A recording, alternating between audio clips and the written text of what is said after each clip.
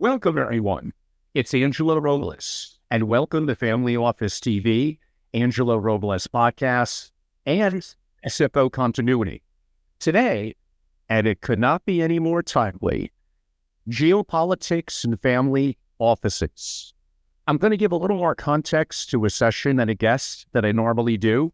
This will be a long-form session, very intense, and hopefully a lot of incredibly useful and actionable items for our listeners, families, and family offices to act upon. Jason Law is our special guest today. He's a global thought leader in family offices and a profound thinker on geopolitics. Geopolitical risk has always been a constant, but the past year it's volatile and complex. From the persistent challenges of U.S. politics, conflicts in Europe and the Middle East, political instability, and is at the forefront of today's concerns. While the comfort of familiar processes may be tempting, single-family offices must recognize that traditional assumptions and strategies may not withstand the pressures of crisis and profound shocks. The key to navigating these uncertainties lies in family offices being adaptable and innovative. It's time for family offices to transition from reactive strategies to proactive, adaptive strategies that can effectively manage these challenges and capitalize on new opportunities. On that note, I'd like to welcome my friend and guest, Jason Ma. Jason, welcome to the show. Well, thank you. It's always great to be with you again. It's been a while, Angelo. Looking forward. It has. We haven't done what I would call a podcast since my old platform of doing programming back probably during the late summer of COVID in 2020.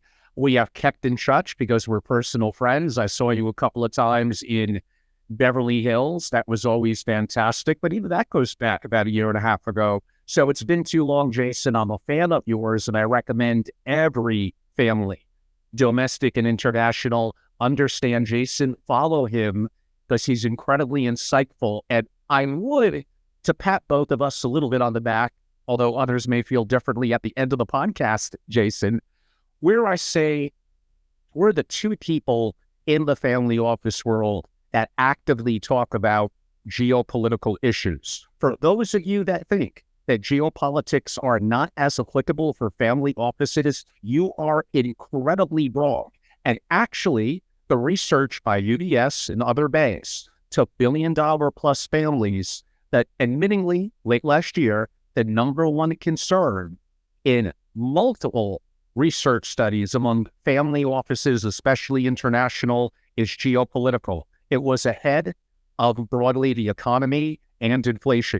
So geopolitical is incredibly important. It is impactful in the investment portfolio, in mitigating risks, and a variety of different factors that are important to the rich, the successful, and family offices. Now, Jason, we have a whole module sequentially to follow, and I was looking forward to it, and we are. But before we get to a little bit more of the structured format, I think I would be remiss if I didn't mention that the last week, and really 2 weeks, and the last couple of days have been kind of interesting.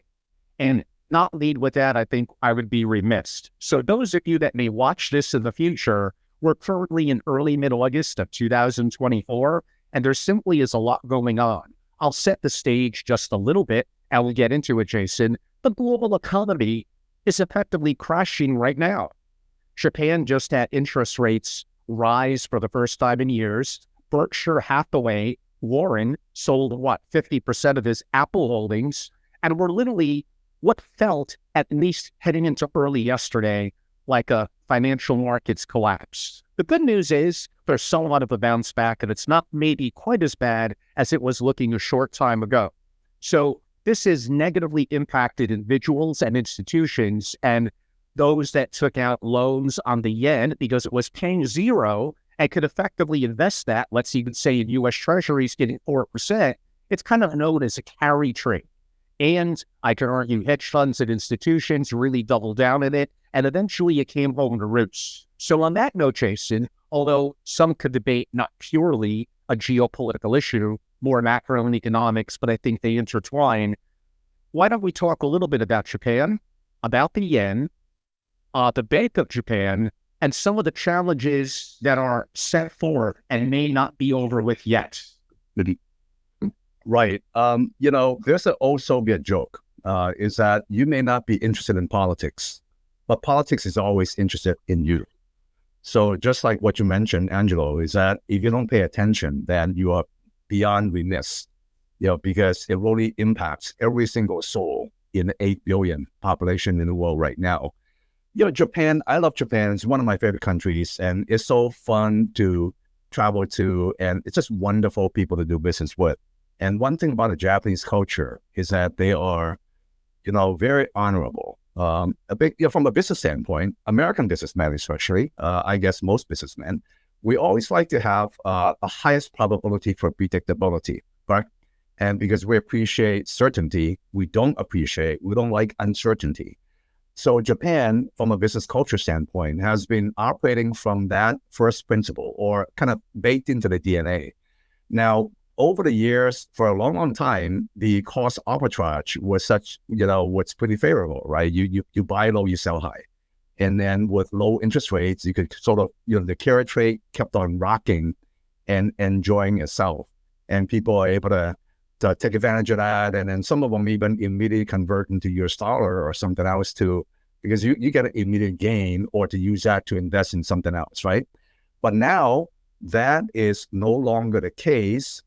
And especially given the Japanese culture, which is quite dynamically different compared to the more, I guess, a bit more resilient, adaptable culture within the American system, it really has created a bit of a ripple effect through the country, certainly. And some of the institutions and organizations certainly need to probably have to extract some cash and pay off some of the debts, et cetera, et cetera. Now, because Japan is a major market by itself, certainly it has impact throughout the world. But do I think that is gloom and doom? Not really. And, Japan is one of the major regions across the Asia-Pacific, Indo-Pacific sector, spectrum of cultures, if you will. And, it has its position in the world.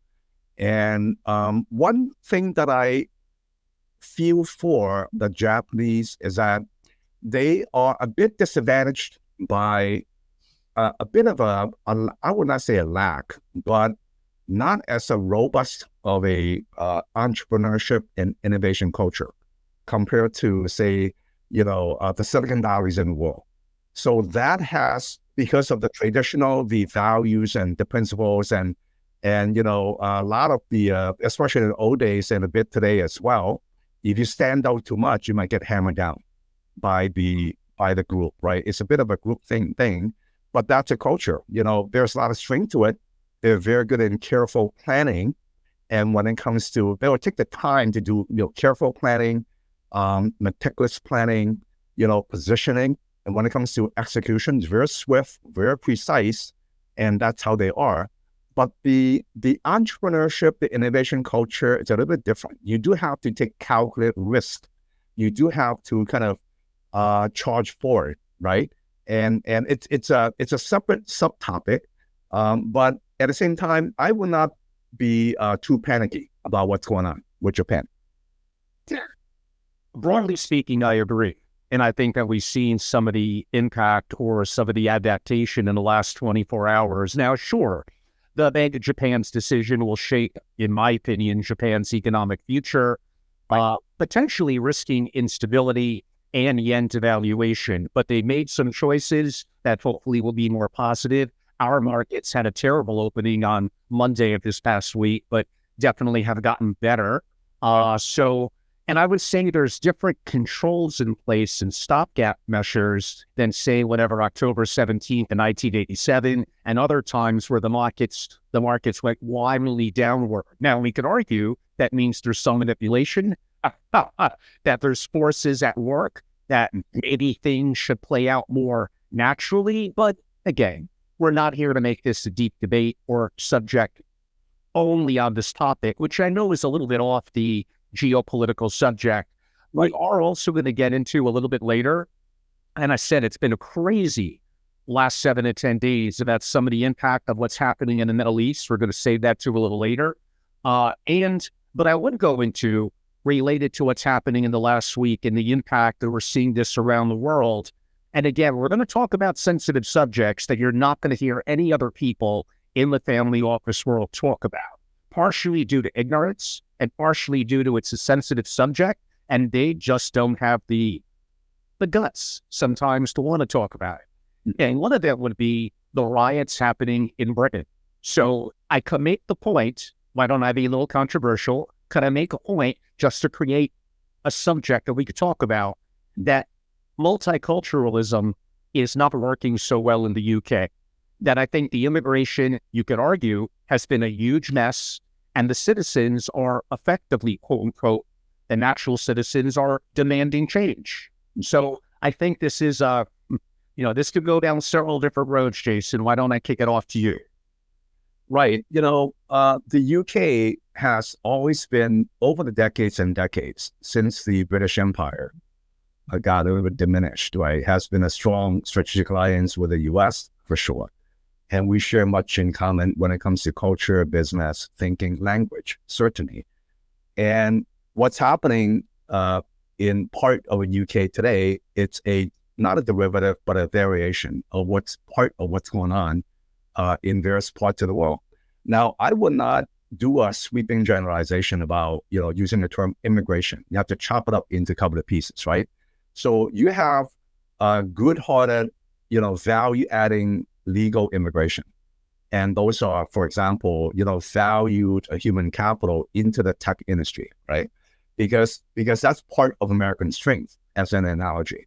And you have legal immigration for various other, skill sets or et cetera, and those that are truly patriotic within the country to which they're immigrating into. And then you have the illegal migrants that got in, illegally. Somehow they do. Somehow it's government. The government might be against it. The government might be for it, or a hybrid in between. And in the U.S., that's a separate topic that you and I are going to talk about. But once that happens, once you have, say, a lot of illegal migrants into your country, what's going to happen is that, all right, they did not get in line to get into the country, number one. Number two, they really sucked up resources, time, energy, capital, and other resources available, or oxygen, if you will, right? A limited oxygen in the room, it's a figure of speech. Those do affect certain part of the citizenship. Now, maybe part of a citizenship are a little bit too much in terms of a radical thinking and behavior as a consequence. But some of them are really just frustrating and acting in anger and in doing that. I'm not promoting violence at all. That's not the truth. But you and I, we are seeing variations of that going on throughout the world, right? But at the same time, on the supply side, there are so many wars going on. There are, those that are, they just want to get out of the country, right? So it's a very complicated problem here. And I'm hoping that the UK, with the new, the prime minister there, and they're going to be able to rise above the situation. It's not easy at all. Well, we shall see. Lord knows they've had their share of multiple prime ministers and challenges politically. They've made, in my opinion, more bad decisions than good decisions. And this is a broader picture and a challenge to Europe relative to different cultures that arguably are clashing. And it is complicated. We'll get to a little bit more of that later. But again, to assume that these issues are not impactful to families of wealth, not only from a hedging and investing perspective, but overall sovereign perspective, again, geopolitical risks, I could argue, are number one. So they're important to understand. Let's turn our attention where we'll probably stay for a while, to the U.S. We're going to get to Trump and Vance and, of course, Harris and Waltz, and be honest in our perspectives and ask tough questions on both sides shortly. But let's look a little bit more before we go micro, macro at some of the pictures.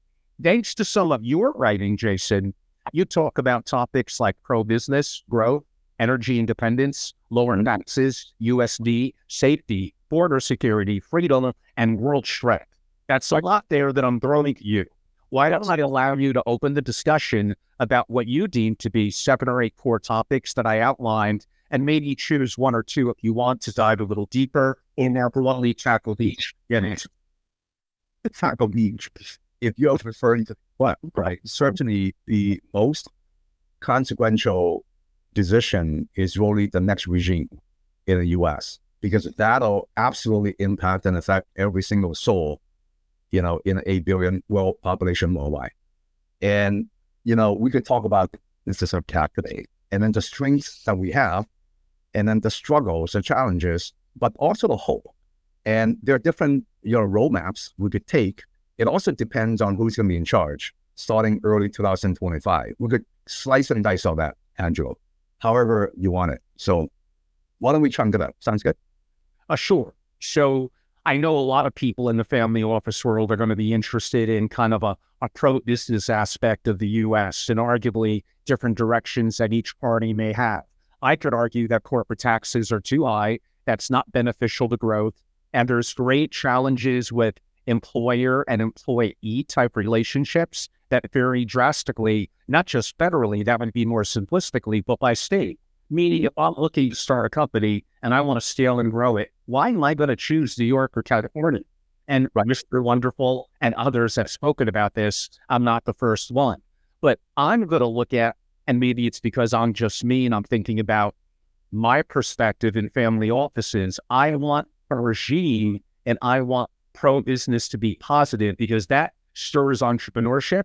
That spurs what I call the American.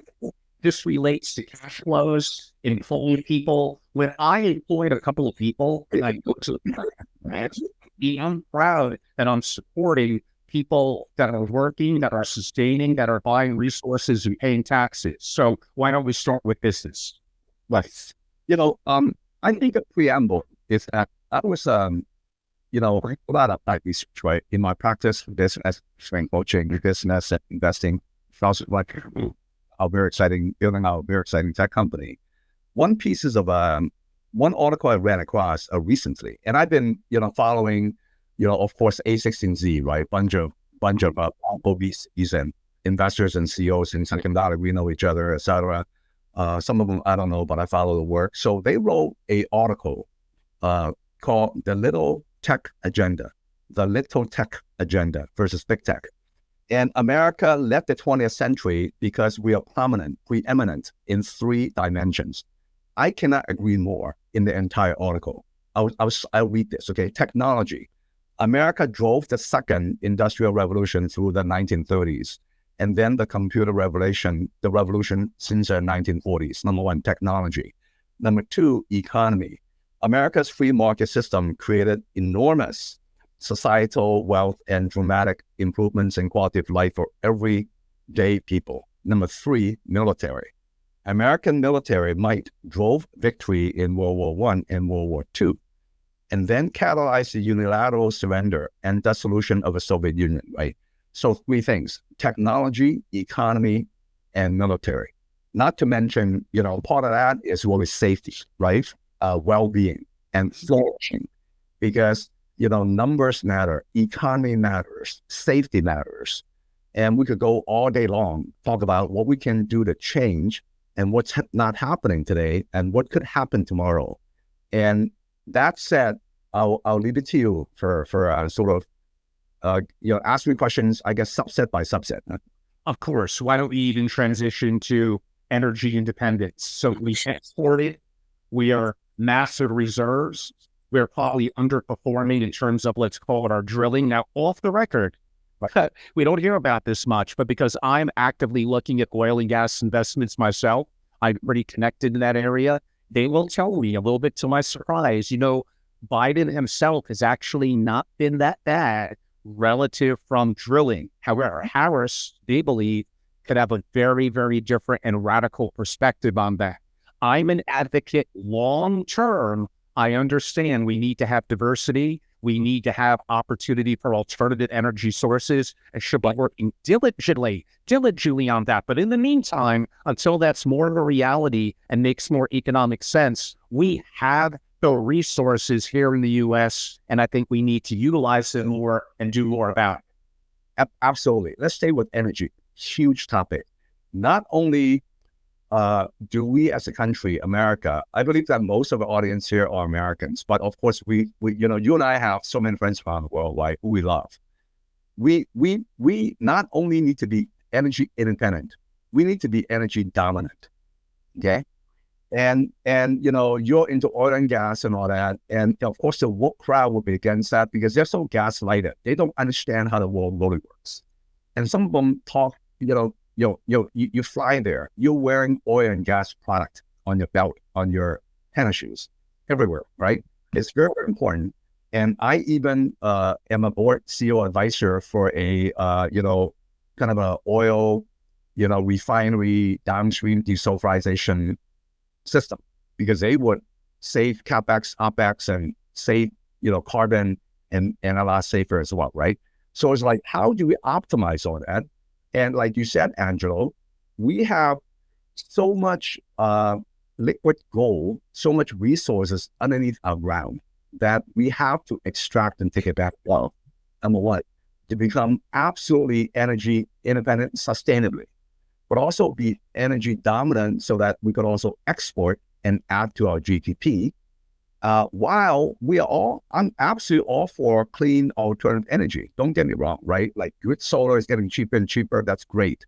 I would be very cautious about wind energy because, people talk quite a bit, a lot of gaslighting, it's great in certain places there. But the problem with wind energy is that each windmill has literally tons of non-biodegradable plastic in them, right? And it's harmful for the environment, not to mention the kill birds, right? So when we evaluate any potentially different choices, we have to look at both sides, supply side, the supply chain side, and the demand side.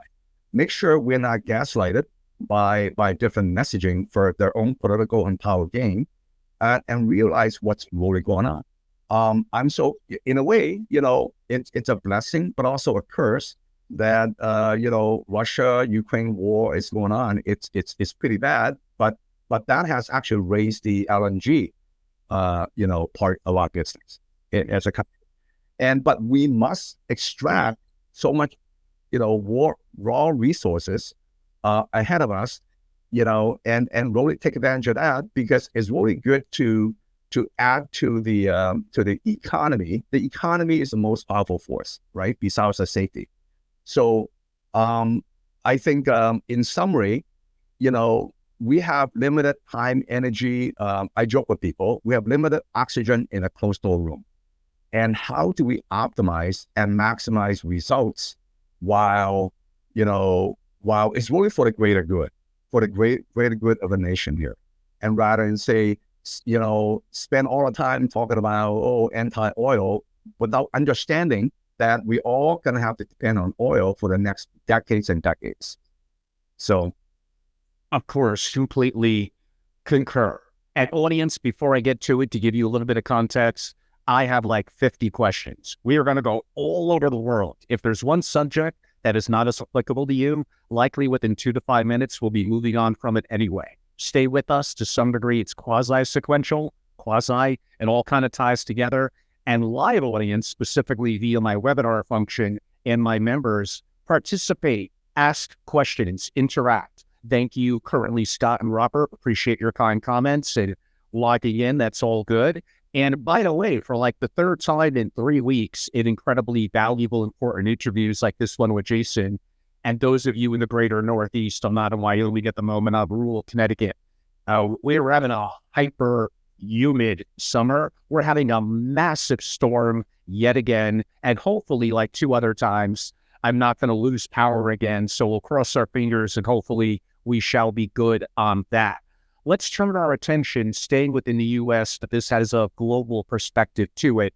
USD, the dollar hegemony. I think back to Bretton Woods of 1944. We've had a long run as being the world reserve currency. Effectively, the world settles in dollars. The vast majority of Americans at family office centered, very wealthy Americans, probably are 95% plus dollar denominated. I am going to argue in the short term, probably not much of an issue with it, but somewhere over 5 to 10, probably closer to 10 to 25 years, nothing stays the same. Things will change. And if we're overly dollar denominated, and I know that gives us control now, meaning our deficit is terrible. There's nothing good I could say about it. It's irresponsible. But if we're the world reserve currency, we're kind of the king of the kingdom.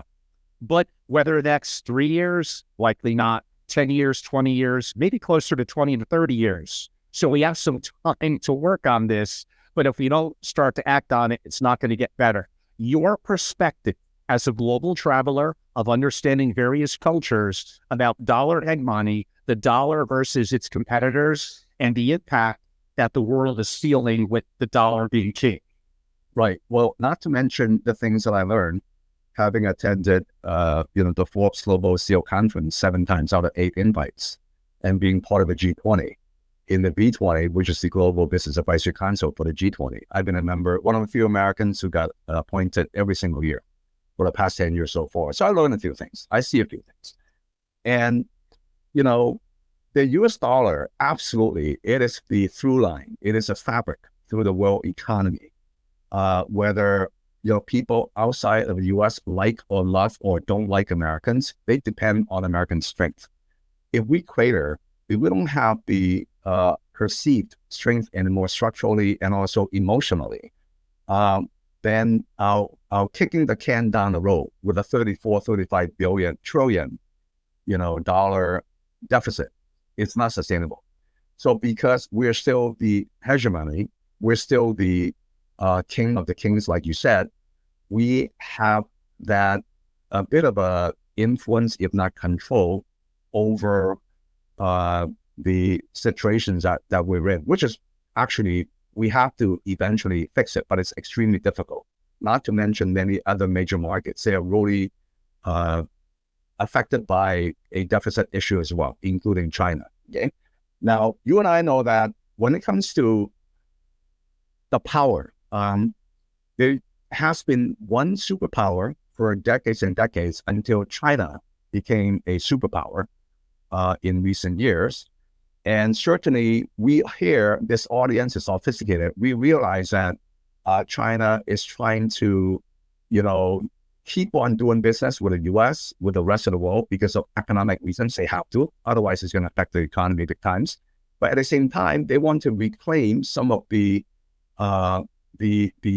power of being one of the oldest, most advanced civilizations, right? So when you look at President Xi Jinping, I could understand exactly where it's coming from, the mindset, and then the third plenum. We could go into that later, etc. Right? Nothing surprises me. And certainly they're trying to expand the size of BRICS, for example. So not only BRICS, right? Not only Brazil, Russia, India, China, and South Africa. They are inviting additional countries to strengthen that, because Saudi Arabia and others. Saudi Arabia and others. Saudi Arabia, we talk about that. We must talk about Saudi Arabia. They're very, very astute, right? Very, very powerful. And certainly it's a strategic process. China is very patient. They're very strategic, very patient, very methodical. And the government, because they have the advantage of a sustainable regime for a long time, and President Xi, that he's might be going for the 4th term, in my estimation, not only the 3rd term, right? And so because of that power, because of that that ideal, the ultimate vision, the mission, the goals that they have, including integrating Taiwan, that they see is part of China, is really faced in layman's term. I'll speak in layman's term. Is really pride in some ways, right? And not to mention dominance in chips and TSMC and all that, which is another topic we'll talk about, I'm sure. So I think I'm going to stop here. I'm going to let you ask more questions, so we could kind of go through. You brought up some great topics that we'll also get into when we go to Asia and other parts of the world. There is a question that came in that I'm going to read from Sam. Thank you for your insights, Jason. Curious your thoughts, Jason, since you're headquartered in the Bay Area, especially on VC firms that have been heavily into PACs, ELA and A16Z kind of, right? But others, Harris. How is this driven financially? Now, I could make the point that Vance is kind of a Silicon Valley Peter Thiel pick. So is this good that they're putting their nose so deeply into politics? Are they concerned that the Magnificent Seven gigantic public companies have gotten too big, have made it harder for private companies and VC to succeed? And Vance has been on record kind of implying to break up some of these giant companies. So it's more than just how they feel in their heart. I think there's political interest at play here, but what is new? That's how the world works. Right. I'm hearing two questions here. One is really politics and Silicon Valley. And the second thing is really little tech versus big tech, correct? Now, when you look at Trump and Vance is a very interesting guy. And same thing for all the candidates, Kamala and now the new guy, the new VP. Every person, every character, they're very interesting. And Vance, he's actually a very super sharp guy, very intelligent. Like got a kind of, after his Yale law degree and kind of worked for one of Peter Thiel's VC firm and really got immersed with part of Silicon Valley. Now, because I've been here for 50 years, right? You know me, I make friends with everyone. I make friends, good friends from the far left to the far right. From my perspective, I love everyone. That's how I am, right? And recognizing what's going on is that I'm noticing because of before Kamala got in, Biden was really very uninteresting to a lot of the people who would vote for him. And once Kamala got in, it's really a bit of a exuberance, right? And now Vance certainly has cracked open more within Silicon Valley, has motivated part of Silicon Valley to be a bit more vocal right now. Because you and I know that we're not stupid. In Silicon Valley, in California, it's really primarily a blue state. But I do know as a fact that despite across the Bay Area, in Silicon Valley, which includes San Francisco, even Berkeley, it's really a mindset all the way down to the South Bay. And the South Bay, since we're in the family office, ultra net worth crowd, South Bay where I live, you have the highest concentration of ultra net worth individuals per capita right here in the South Bay. We're all in jeans and t-shirt, right? But it's a very casual. And so it's interesting that Vance has made an advance along with data sacks, with the billionaires out there, including Sequoia Capital, former managing partner Doug Leone, plus a whole bunch of, not to mention Peter Thiel, plus a whole bunch of powerful people who used to be less vocal, less overt. Mm-hmm. But because of Biden, because especially of the God-saving assassination attempt to Trump, that people go, F this. I'm going to just come out and speak out. You can list who I am, right? So I'm seeing more and more people coming out of the closet. And just to let you know, in despite the Bay Area being majority, say, Democrats, in Atherton, which is the most expensive zip code in the entire nation, Atherton. And I bet you that it's probably one half Republicans, one half Democrats, and some and independents, right? Because in Atherton, you have a lot of the captains of industry living there, and a lot of them are really kind of astute enough to realize, even though they want to sustain the power, but not to the extent to the compromise of American people, right? Because they really care about like what Andreessen and Horowitz mentioned about strong technology, pro-technology, pro-innovation. Pro economy, pro military, right? When you talk to them and realizing where they're really coming from, what's important to them is that they want to make sure that technology is going to flourish, innovation is going to flourish. And one of the things I like about what Ben Horowitz wrote, now Ben Horowitz and Mark Andreessen, these guys are billionaires, right? Ben was a Democrat for a long time. He voted only Democrat. He grew up in Berkeley. I went to Berkeley, hyper liberal, right?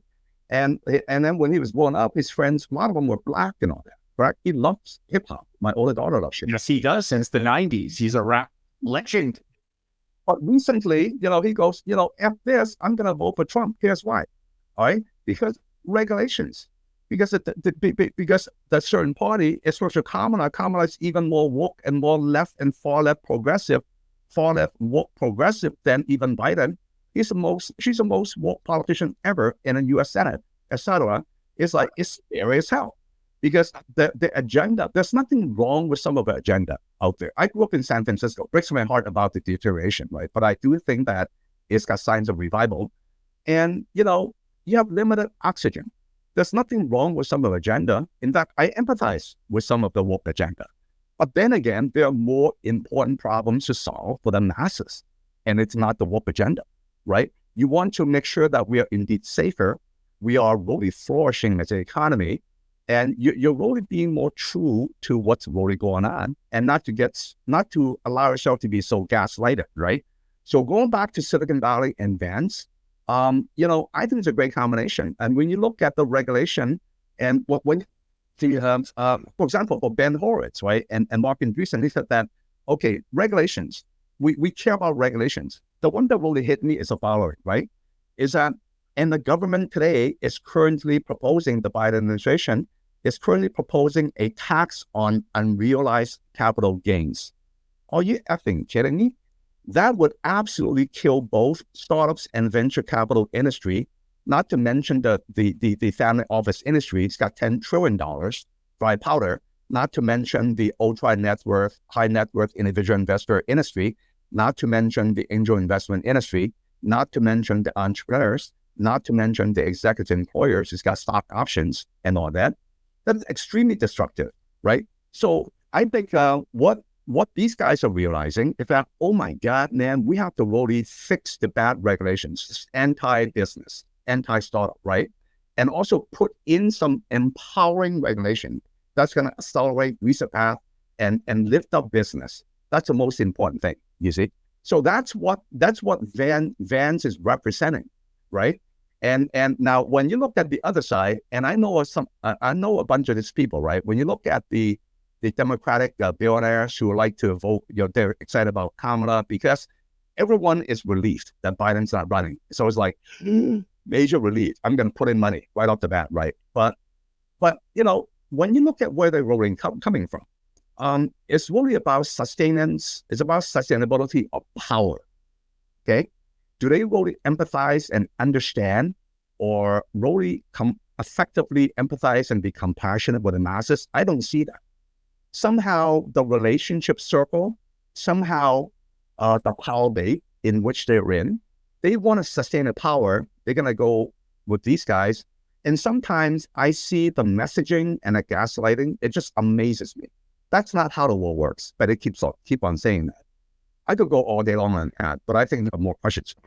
Again, and we're going to get into Trump, Vance, and Harris and Waltz in probably a couple of more minutes. Staying on maybe one more topic that's somewhat as U.S.-centric and really, well, definitely U.S.-centric. I just simply have to say these two words, and I'm going to ask you for your commentary. Border security. Border security. It pisses me off. It pisses off so many people, okay? And, 11 to 15 million illegal migrants got admitted during the Biden administration. Okay, let's just do some simple algebra, okay? Let's say 11 million, okay? 1% of that, assume 1% of them are real bad people. They're terrorists, prisoners, rapists, murderers, right? Your daughters, our daughters might have a higher probability of getting raped. And then our parents and grandparents might have a higher probability of getting into a unfortunate violent crime situation, okay? So 1% of 11 million, that's 110,000 people spread throughout the U.S., okay? Sanctuary cities and also other cities as well. So you're really decreasing the safety in America, number one. Number two, you suck up more resources that are supposed to be more assigned to Americans, including the homeless, including the poor, including disadvantaged souls out there. Okay, whether you're white, black, Latino, Asian Americans, it sucks away resources for them. Is that fair to America? And you cut in line. And you also get paid to live in certain places by the current administration. And because their intention is quite clear. No one is stupid. The intention is to try to get as many of these illegal migrants, get them converted as quickly as possible into votes. That's the main reason they do that. It's evil as hell. It's evil as hell. Okay? In the Bible, the oldest sin known to mankind is the Eve, Adam, and saying the evil one, the devil, through the servant story, right? It's deception. So when you look at these messages from people, and I could see a lot of gaslighting, even by billionaire VCs in Silicon Valley, it amazes me that they know it's not true. They still say this absolutely untrue, deceptive message. It amazes me. I don't know why they do that, right? I kind of know why. And so in summary, we have to fix the problem, okay? Closing a border is simply a tactic, but we have to also close the tunnels, dig within part under the borders and no borders. And you know, this problem should not have started and let persist for such a long time.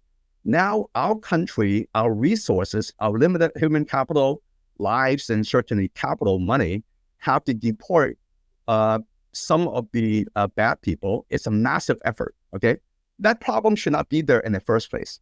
But we have to do that because we're really reducing, strangling, I would not say strangle, but reducing the rate of our problem solving, our rate of advance to be great, to make America great. Not again, but make America even greater. I really believe in that, you know, make America even greater. So we have to fix that. It's a massive issue. Jason, I have a whole series of questions, probably 6 or 7, dedicated to the upcoming U.S. presidential election. We've touched on it indirectly a little bit. We'll now start that relatively deeper dive. Again, I got like about 20 different subjects that we have to cover. So relatively deep maybe means we'll spend 7 or 10 minutes on it. In the last month, we've seen Trump, an assassination attempt, and the slightest turn of the head could have made the biggest difference and arguably could have led to a civil war. Yes. And we have incompetence in the Secret Service. We don't really know the full story, and I don't think we ever quite will. This is just how governments that are powerful work. And when you have powerful cabals and people and powers that be that we didn't vote for, that are impactful to the decisions of our so-called leaders and others, it creates a great challenge. Mm-hmm. We then had Biden doing the right thing and bowing out of the race. So Trump probably had a little bump in the polls with the assassination attempt. And no question, the Democrats had a bump in the polls with Kamala leading the charge this upcoming year in the election versus Trump. Now there's been a little bit of leveling off on both, and here we are. So we now know the tickets.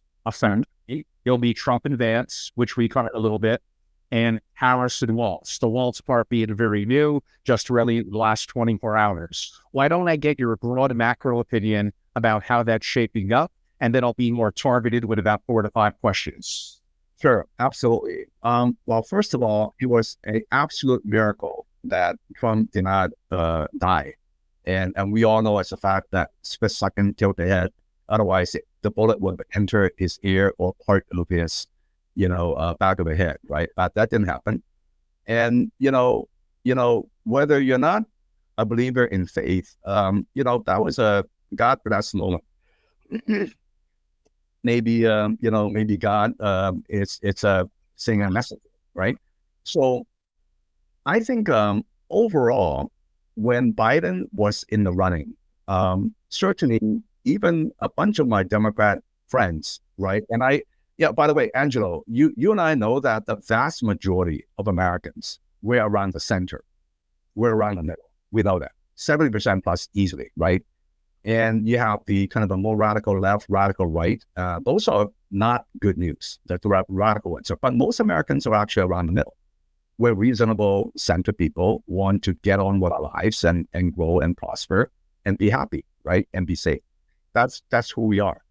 So because the clear signs of Biden's being senile, and obviously it's been covered up by the current administration, along with the mainstream media, mass MSM. The joke is that they're part of the party, and et cetera, and vice versa.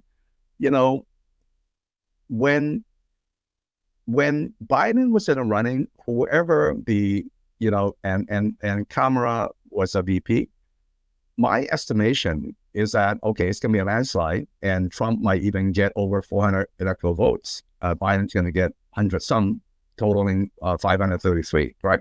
Electoral college of 538 or something, 540, 538, I think, total.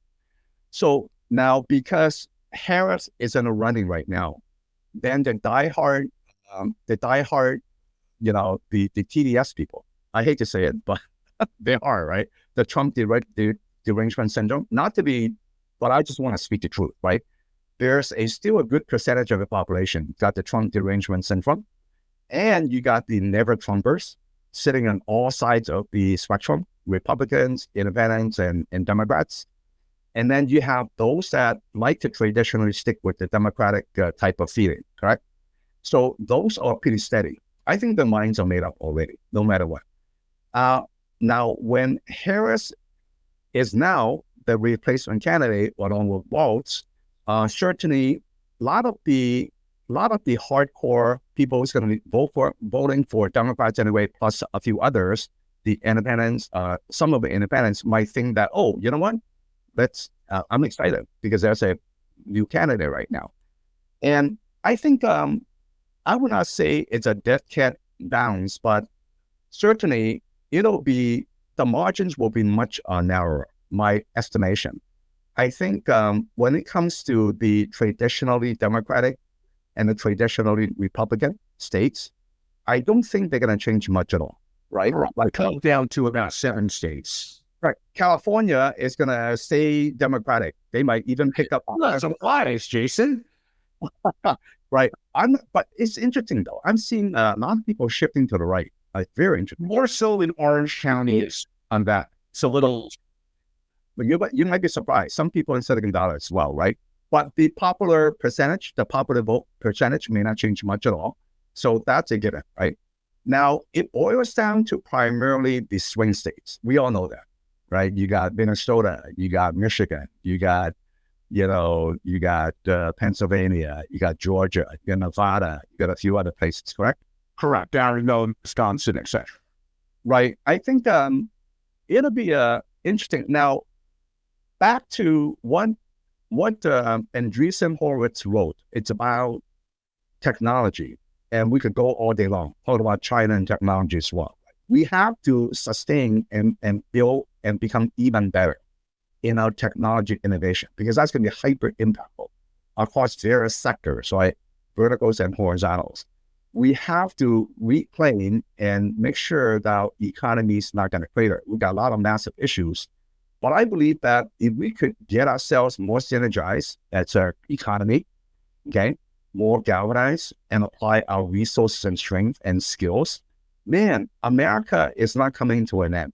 There might be a revival of American greatness for the next decades and decades, right?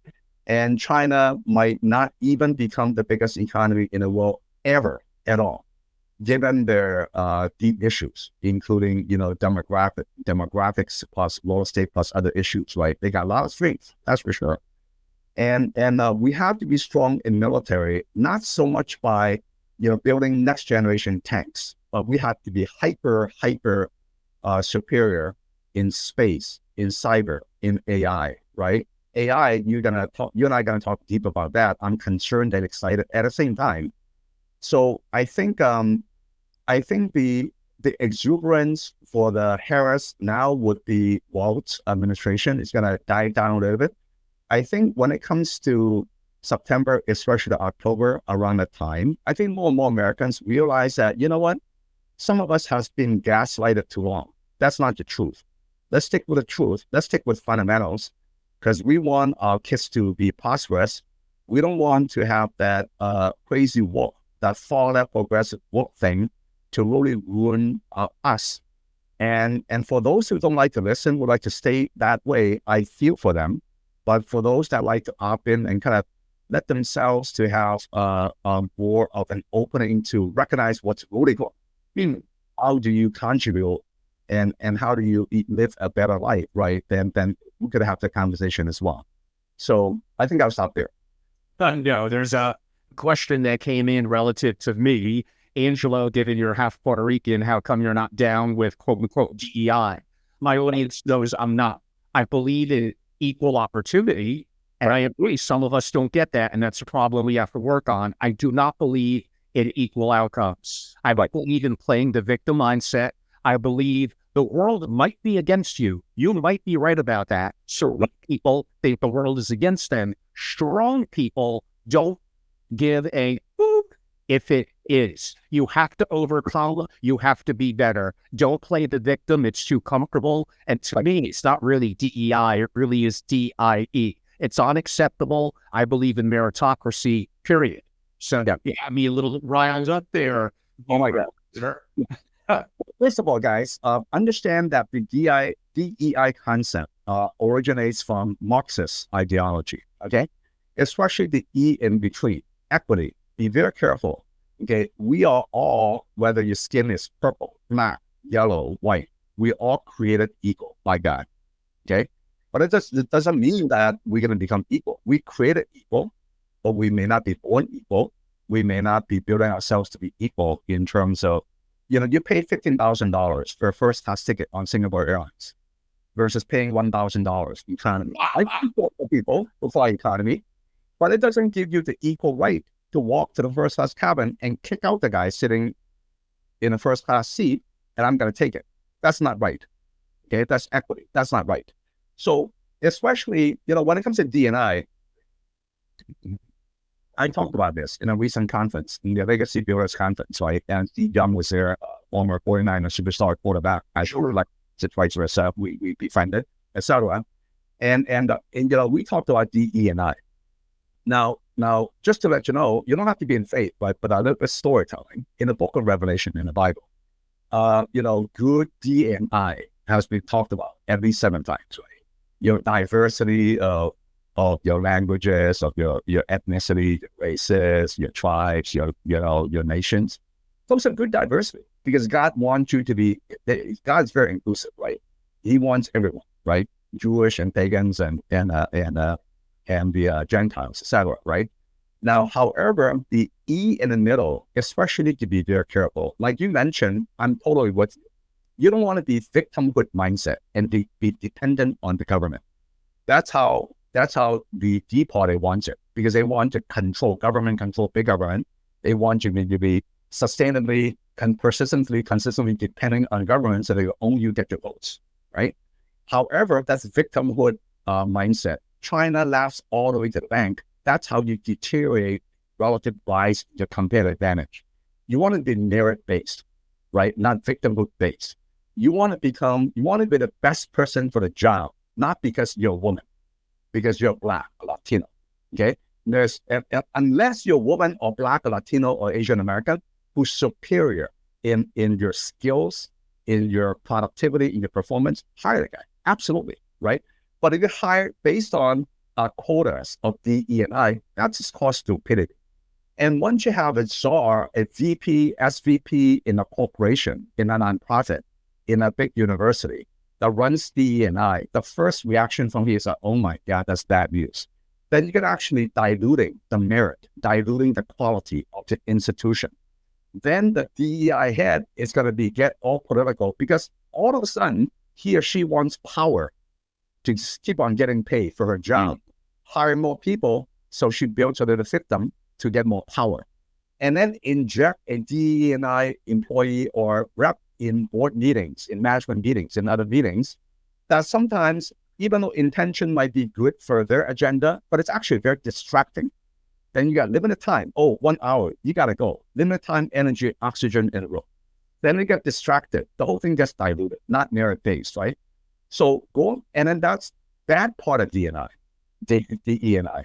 The E in the middle, especially equity, be very careful about that. It comes from a Marxist ideology. Marxist is a theory to communism. So it's that simple, guys, right? ESG, for example, that's good ESG, but the problem is that there's so much greenwashing out there And then when you look at a lot of corporates, they talk about that, they implemented part of that here. It's really for the marketing messaging or the marketing communication to sound good, to satisfy the woke part of the company, the woke part of the ecosystem that they serve, kind of even nonprofit governmental here. But that is coming to die. That is coming to die. People, you got Bill Ackman really voicing the problem with this woke agenda. He's a Jewish guy, billionaire. A lot of people love him, smart as hell. Multi-billionaire, donated at Harvard. You know me. I help tons of kids, right? That's part of my family business. Prepare real well, get admitted to Ivy schools, right? Harvard, Yale, Princeton, Dartmouth, Brown, Cornell, Penn, Columbia, Stanford, MIT, Berkeley. I got so many kids in there. Okay, I'm so glad. At the same time, I've been very concerned about all the power these big universities have, the private universities, because they got tens of billions, a lot of them, right? The Harvard's 100 billion endowment, the Harvard Corporation. I think the top people in the Harvard Corporation makes more money than all the professors and admin combined, right? So they got a lot of power. They do a good thing. They really take care of some of the poor kids getting in. They really do a good thing. But the woke part of the leadership is getting out of control. So I'm so glad that's been lifted out, that you cannot be all powerful. I'm so glad that they're getting your asses kicked in some ways. It's a good thing. So people are normalizing a little bit more. I just want people to be very careful about the dark side of, DEI and ESG. Of course. And very good comments. So we're going to get back to kind of a little bit of the Trump and Harris. So Camilla has, and I'm going to talk some stuff about Trump too. So audience, I'm going to be try to be fair and balanced, I promise. But Camilla never won a primary. She is limiting herself to be very, very restricted. And when she was a little off script in some interviews, wow, is she putting her foot in her mouth? And I promise I'm trying to be fair and balanced. Like that Trump going to the Bitcoin conference. And I'm assuming he's not really that knowledgeable about Bitcoin, but he gave an hour-plus speech. It was kind of impressive. You have them, and I'm going to get the name a little wrong, being a little bit ambushed, in my opinion, at the Black Journalist Conference in Chicago about a week ago. And I think some of his comments did not help him, and they were a little too flippant, and he couldn't have been more thoughtful. I would agree on that. But there's no question that was not a friendly interview. And by the way, Kamala didn't want to go to it, apparently. But Trump does things that probably may be to his detriment sometimes by talking too much. Kamala's being very, very scripted. I just don't feel in my heart that she has the qualifications, the inner qualities to be a leader in a world in chaos. I'm willing to be proven wrong. If she gets elected, I sure hope I'm wrong. But I'm looking at this, and again, I promise I'm going to ask questions that are going to be challenging to Trump. I'm just having a hard time buying into Harris as a candidate. Right. Well, we could talk about the flaws and imperfections of Trump as well. But let's look into Kamala, right? San Francisco. I grew up there, right? I know some of the powerful people in that network. And, it's a hyper-progressive woke agenda. I got a lot of friends in San Francisco. Don't get me wrong, right? Most of my friends are Democrats and all that. And I'm kind of in the middle, right? Now, when you look at Biden, it's clear to every single person who has a heartbeat in the brain that he was senile. So when he opens his mouth off script, immediately, you don't have to say anything. Let him talk. Then you're going to cringe, right? It's cringe-worthy moment every minute. Now, Kamala, she's 59 years old, 60 years old, kind of a tail-end boomer, I think. And she is sharp in certain ways when it comes to prosecution as an attorney, but as a prosecutor, but running for president is a very different animal. You need to be super visionary. You need to be able to articulate your vision that people buy in without looking at a damn teleprompter. It's got to be burned into your soul, your mind, your heart. You'll be able to articulate that, and you got to be honestly truthful, right? Now, I see Trump, one imperfection he has, is really, all the hyperbole, all the kind of white lies, right? But I see that a lot with all of a boomer New Yorkers that grew up in New York City. That's how they talk. So don't take it too literally, right? The joke is that if you depend on news, if you focus on news every single day, you're going to be distressed. If you focus on yourself, you're going to be depressed, right? But if you focus on Jesus, you'll be at rest, right? It's but so it depends on your mental focus. When it comes to Kamala, like you said, she really, I think recently Blinken even mentioned to protect his job that, Kamala is super good when it comes to foreign policy. I had a gustatory reaction to that. Is, when you let her talk without teleprompter, just let her talk. Let her spill her guts out. Then you see the true colors. Like you and I are talking without teleprompter. We're being ourselves. I'm being. You have to trust us on that. Well, for I'm being candid because I just want to love and serve and be candid. And if my part of my message is useful to you, good for you, right? I'm here for you. I'm not here for me, right? So when it comes to Kamala, she really does not have the intellectual power and the critical thinking, the problem-solving skills in this very complicated world, macro to micro, global, international, national, regional, all the way down to local geo, okay? And the horizontal and vertical. She doesn't have that astute vertical vision, problem-solving that's burned into a system in her mind and soul. Simply zero. But because she's Kamala, because of the powerful, well-oiled democratic machine, it's like a super PR machine propping her up no matter what, no matter how bad she is, right? They're doing a great job. They do that. Wait till you see the ads is going to come out, right? September, October. And so I'm not, if she's going to be the president, I could assure you, everyone here, okay, the way that a lot of strong leaders in different countries out there, how they work, President Xi, President Putin, like the Iranian head, etc. These guys are autocratic, right? These guys are very strong in their ego, in their resolution, in their vision in some ways. And they prefer to deal with people that are strong, that they respect. At the same time, when it comes to relationship, the first thing about leadership is to be self-aware, right? One of the first things about relationship is about respect. If you don't give the other person respect, they're not going to respect you. If it happens over time, the other person is going to keep on doing things like North Korea. That's going to say it's kind of like saber routing. It's like, you're not respecting me. F you. Here's what I'm doing. I'm building in the loop, right? So that's what they do. And Kamala, I'm afraid that when she goes on the world stage, these guys are not going to respect her. They're going to keep on laughing at the Biden administration and the Kamala administration, laughing their ass. So I was like, look at these idiots out there. I don't respect them. Jason, if you don't mind, ask a question that's a hypersensitive question. Right. Is the fact that she's a woman going to make it more difficult with the leaders that you mentioned? Maybe or maybe not. I don't think it's really a matter of being a woman or your skin color or your ethnicities. It's a matter of your leadership, of what they perceive you and a country that you represent.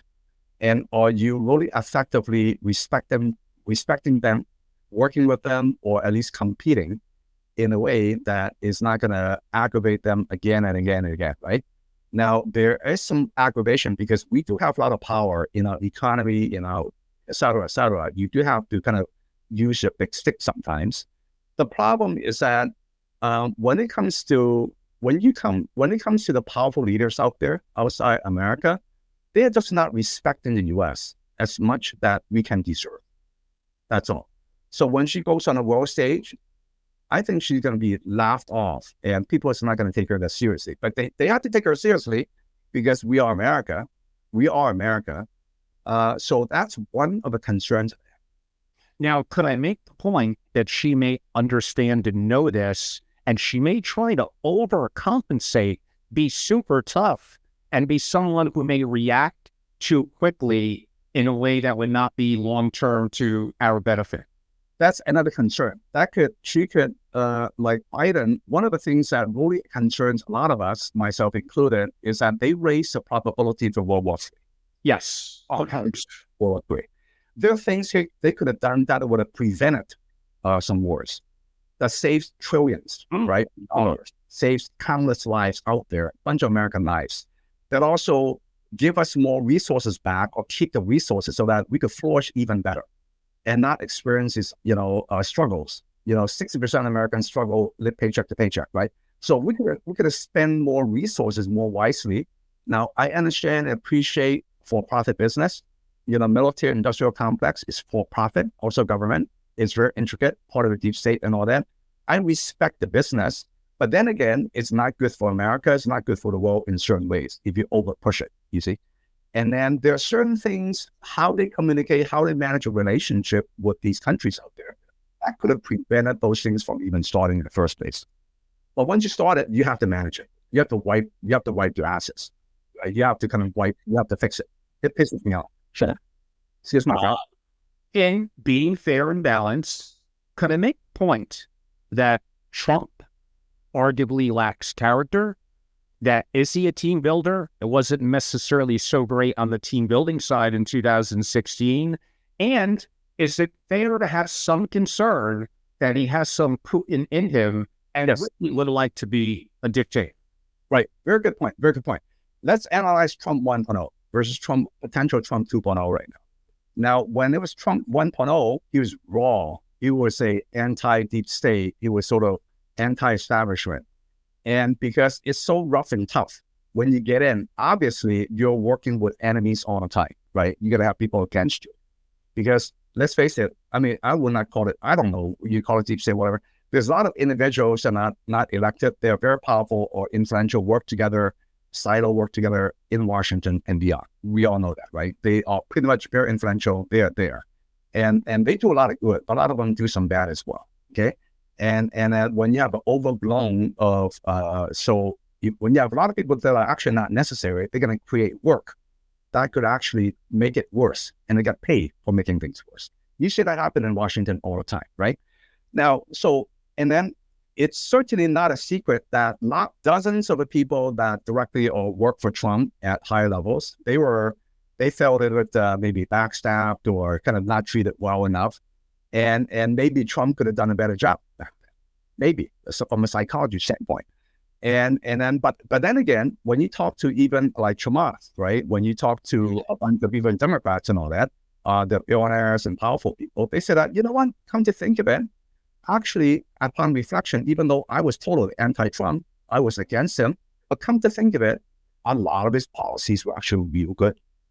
Actually made the country better. Not perfect, right? 1.0, it did not have the transformation system oil machine set up yet. Now it's Trump 2.0. Now Trump's got a lot more power. Our party is a lot more oiled. It's a lot more integrated, right? He learned a lot as well. And it's not like Biden, right? Totally senile, right? I'm not even sure about Kamala could even learn in that fashion. But I'm seeing absolute transformations in Trump, which is delightful. So, for example, he talked to a lot of Silicon Valley people, learn about crypto, learn about Bitcoin. He was willing to learn. And for example, the way that it treats a lot of people, when you look at a Trump organization, right? The employees you talk to, no one talks bad things about him. He treated employees real well, the hospitality business. One thing I like about fathers, right? The first thing you look at, I'm a father, you know that, right? You know what I do, chief mentor, next gen leaders. One thing that I look is that look at the relationship between the parent and the kids. Okay, is it pretty effed up, right? Persistently, or is it real good? You see the relationship between the Trump kids and a father, he's a good father, man. Is it perfect? No. Did he fail in marriages? Yes, right? Did he learn from part of that? Yes. Is it perfect? No. Is it still flawed? Yes, we all are, right? So that shows a good character in him. And he's a bit of a baby Christian as well. And I think overall, I think I've been seeing some character improvement. So for those that are gaslighted or use a message about, Trump's going to destroy democracy or he's got a bad character, I would disagree with part of that. If you speak the truth, speak the fact. Now, he's so attacked by the MSM, etc. Okay. Or like you mentioned about ABC, right? About the Trump in a black journalist event recently. The aggressive interviewer, she's part of ABC, part of MSM, and she was very impolite, very aggressive and provocative. And if you talk to a president, first of all, when you talk to a president, no matter what side you're in, you want to be very respectful. You want to be objective.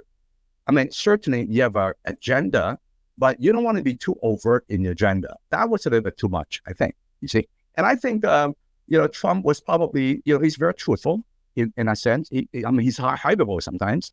Some white lies here and there. But I prefer a person who would have white lies, hyperbole over deep, dark deception and messaging any day, you see. So overall, Trump does have flaws, right? He's a New Yorker. That's how he talks. Over the decades, there's been a consistent cultural conflict between older New Yorkers and the Californians, right? It's a communication conflict, right? So don't take it too seriously in some ways, right? So. Well, I mean, very interesting. I'll have two more questions, and trust me, we have a lot of topics to cover. There's no way this is going to be a 2-hour interview, so we'll see if I can rival what I did with Carol Pepper and Adam Robinson in the last couple of months and break like Joe Rogan-like type records. But we'll see. I am going to go to two questions from the audience, or comment questions. One of them from Alan. Alan states, did Margaret Thatcher and Angela Merkel have difficulty on the world stage? You learn a lot as 4 years as VP and being live in the Situation Room. My comeback to that, and I think that's a fair comment, Alan, but my comeback to it is Margaret Thatcher, she didn't have to deal with the kind of China that we have now, and even the Russia situation is completely different. But I agree that Margaret Thatcher definitely grew into this role. None of it has to do with male-female, but I am saying the perspective of certain countries that have different cultures than ours that may be impactful, which is why I asked it. Relative to Angela Merkel, like, Alan, you're kidding me. Like she made horrific mistakes, terrible on immigration and a whole bunch of things. I think, and I was in Central Europe in Germany relatively recently. I know they're number 3 in manufacturing. I get it. There's many positives, but I see challenges there of her leadership. Male, female, I don't care. Just that leadership of Merkel was not good, in my opinion. Now, Jason, you're more verbally fluent in traveling the world. How would you have an answer, and maybe agree with Alan, I'm not sure, with Thatcher and Merkel? Right. Okay. First of all, hire based on merit, not based on women, skin color, LGBT, etc. Higher based on merit. Thatcher, much of it was probably during peacetime, wasn't it? And, right now, and what I said, okay, when you look at one of the greatest books, right? I went through hundreds of books, on leadership, business, also, kind of faith, and all sorts of books, right? One of the best books, it's a hard things about hard things, written indeed by Ben Horowitz, right? A16Z. And, it talks about peacetime CEO versus wartime CEO. We are in wartime in steroids right now and tomorrow, 2025 and beyond, okay? You need to have a very strong wartime leader, wartime CEO that could really reduce the probability, minimize the probability for World War III, which is the most devastating. Hey guys, if World War III starts, in some ways, it started already. Cyber, it's been going on for a long time. Just some factoid for you. In fact, one of the well-known CEO from China, tech CEO in Silicon Valley, I absorbed a lot of insights, right? Even close to 20 years ago, the guy says China was already spending close to $100 billion on cyber. That was 20 years ago. Okay, cyber World War III started already. Okay, America's super astute, right? Come on, look at the spy agencies and all that. We're super effective. That started already. Then other World War III, conventional, air, ground, sea, space is a big concern, right? Nuclear is ultimate thing. If nuclear happens, it's not like, oh, hey, let's escape to the mountain. We're okay. Get in the bunkers, we set. No, you're effed. That's it. Okay? Billions of people are gone. And then the infrastructure, the ecosystem is not there. Even the billionaires with bunkers, it will last for a while, but not forever, right? It's not like you're perfect Noah's Ark. Things don't work like that. So back to women, Thatcher became a well-known good leader. Merkel, she and I were in the same room at the B20 summit in Germany, right? Because I'm part of the G20. We're in the same room together. And, I admire her for being an articulate leader. She's an articulate leader in the EU. Absolutely. Yes, she made some massive mistakes. Over a minute, bunch of illegal migrants. A lot of Germans are not happy about that. See, it's a smaller variation, not derivative, but subset of America, right? It's like because it sucks up our resources. And now German did it out of good intention. And I love what the Germans did in terms of their repentance for the Jews and all that. Wait till you go to the old Jewish ghetto, get a walking tour, and then go to that. It's amazing, right? So Germans did a great job there. So it's not about women and men. Come on, guys. Let's focus on more important things. So be merit-based and really get the best resources, solve the greatest problems. And there's another question that came in from Sam a little while ago. In today's age of mal and misinformation, with crime and statistics being a part of it, what sources of news should we follow? And are we getting the truly best picture of geopolitics? Are there any specific sources that you prefer or like, Jason? Well, Family Office TV is one. Oh, of course. If that's not number one on the list, I don't know what's wrong with you. Right, exactly. And then go for sources where, I want to make sure every single soul, every single person in this audience really recognize some of you might still be gaslighted. You don't even know about that. It's a subconscious thing. Make sure you become self-aware about what's really going on. Okay, there's a lot of, you look at a lot of kids, right? Mental health is a bit of a related issue here. It's a big issue. But when you look at the deaths and all that per capita, we're at the safest level in the world, in world history. But how come mental health is a massive issue recently, right? Then you analyze the causes and effects, right? Don't spend too much time on symptoms and effects. A lot of people do that. It's right. And that's part of one reason I exist. I guide them to look at the causes. You upgrade, you fix the causes, right? Your causes are your beliefs, your mindset, right? And then your thought processes as well. Those could be honed. When you look at a lot of kids that walk into adults and then mature adults, right? Okay, look at the influences. Starts with a family, okay? And then you got a K-12 education system. And then you got a higher education system. And then you got the mass mainstream media. You got the social media. And you got your echo chambers, okay? And then you analyze all the inner character subsets, what's been good, what's been not good, which parts have been truthful and useful, which part have I actually been gaslighted, been deceived into. I better wake up, right? So when you look at those, when you analyze all those subsets, you'll realize you're true to yourself. You're not really what I call under the devil's spell, right? Satan. A lot of people here don't agree with the same because they don't understand the word. And I'm not here to be blatant, but if you study God's word, the Bible, there's a lot of great principles in there that are just incredible. In fact, a lot of the leadership authors and gurus out there, Peter Drucker, Stephen Covey, they're devout Christians. This is kind of paraphrase part of the things in the Bible. And just to remind our audience in a little bit of balance, there's incredible deep thinkers, incredible philosophers, people and politicians that are of Muslim heritage, of Jewish heritage, of Hindu. There's a diversity of interests and people will make their own religious choice.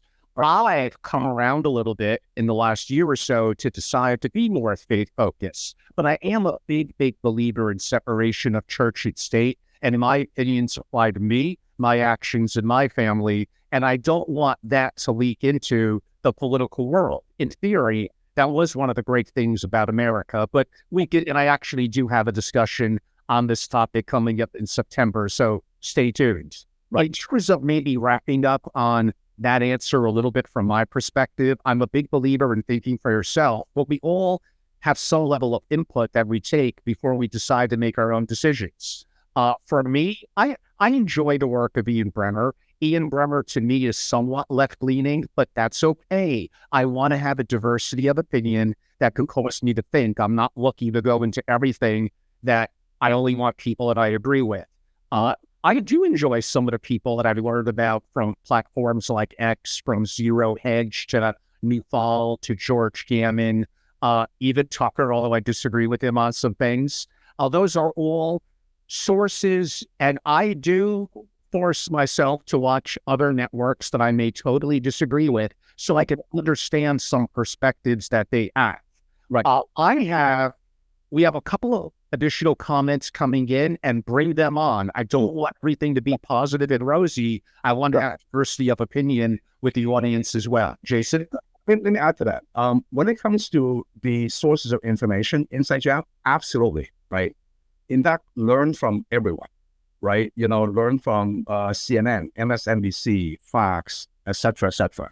Okay, and you could decide, you could filter based on your mindset, your skills, and filter them, and absolutely learn from direct talks like this. The podcasts are great. A lot of podcasts, right? YouTube is actually a great source of learning. So, I spend easily somewhere in the double-digit percent number of hours per week on applied research, right? Make sure you learn from everyone, right? And then you make your own decision, make your own independent decisions here. I got so many Muslim friends. I got so many Jewish friends. I got so many secular friends. I got so many, friends that are Christian, Catholics, etc. I love them all. That's how it works, right? And at the end of the day is what is true. Make sure that you're not being gaslighted and kind of mix what's really true than what's rolling.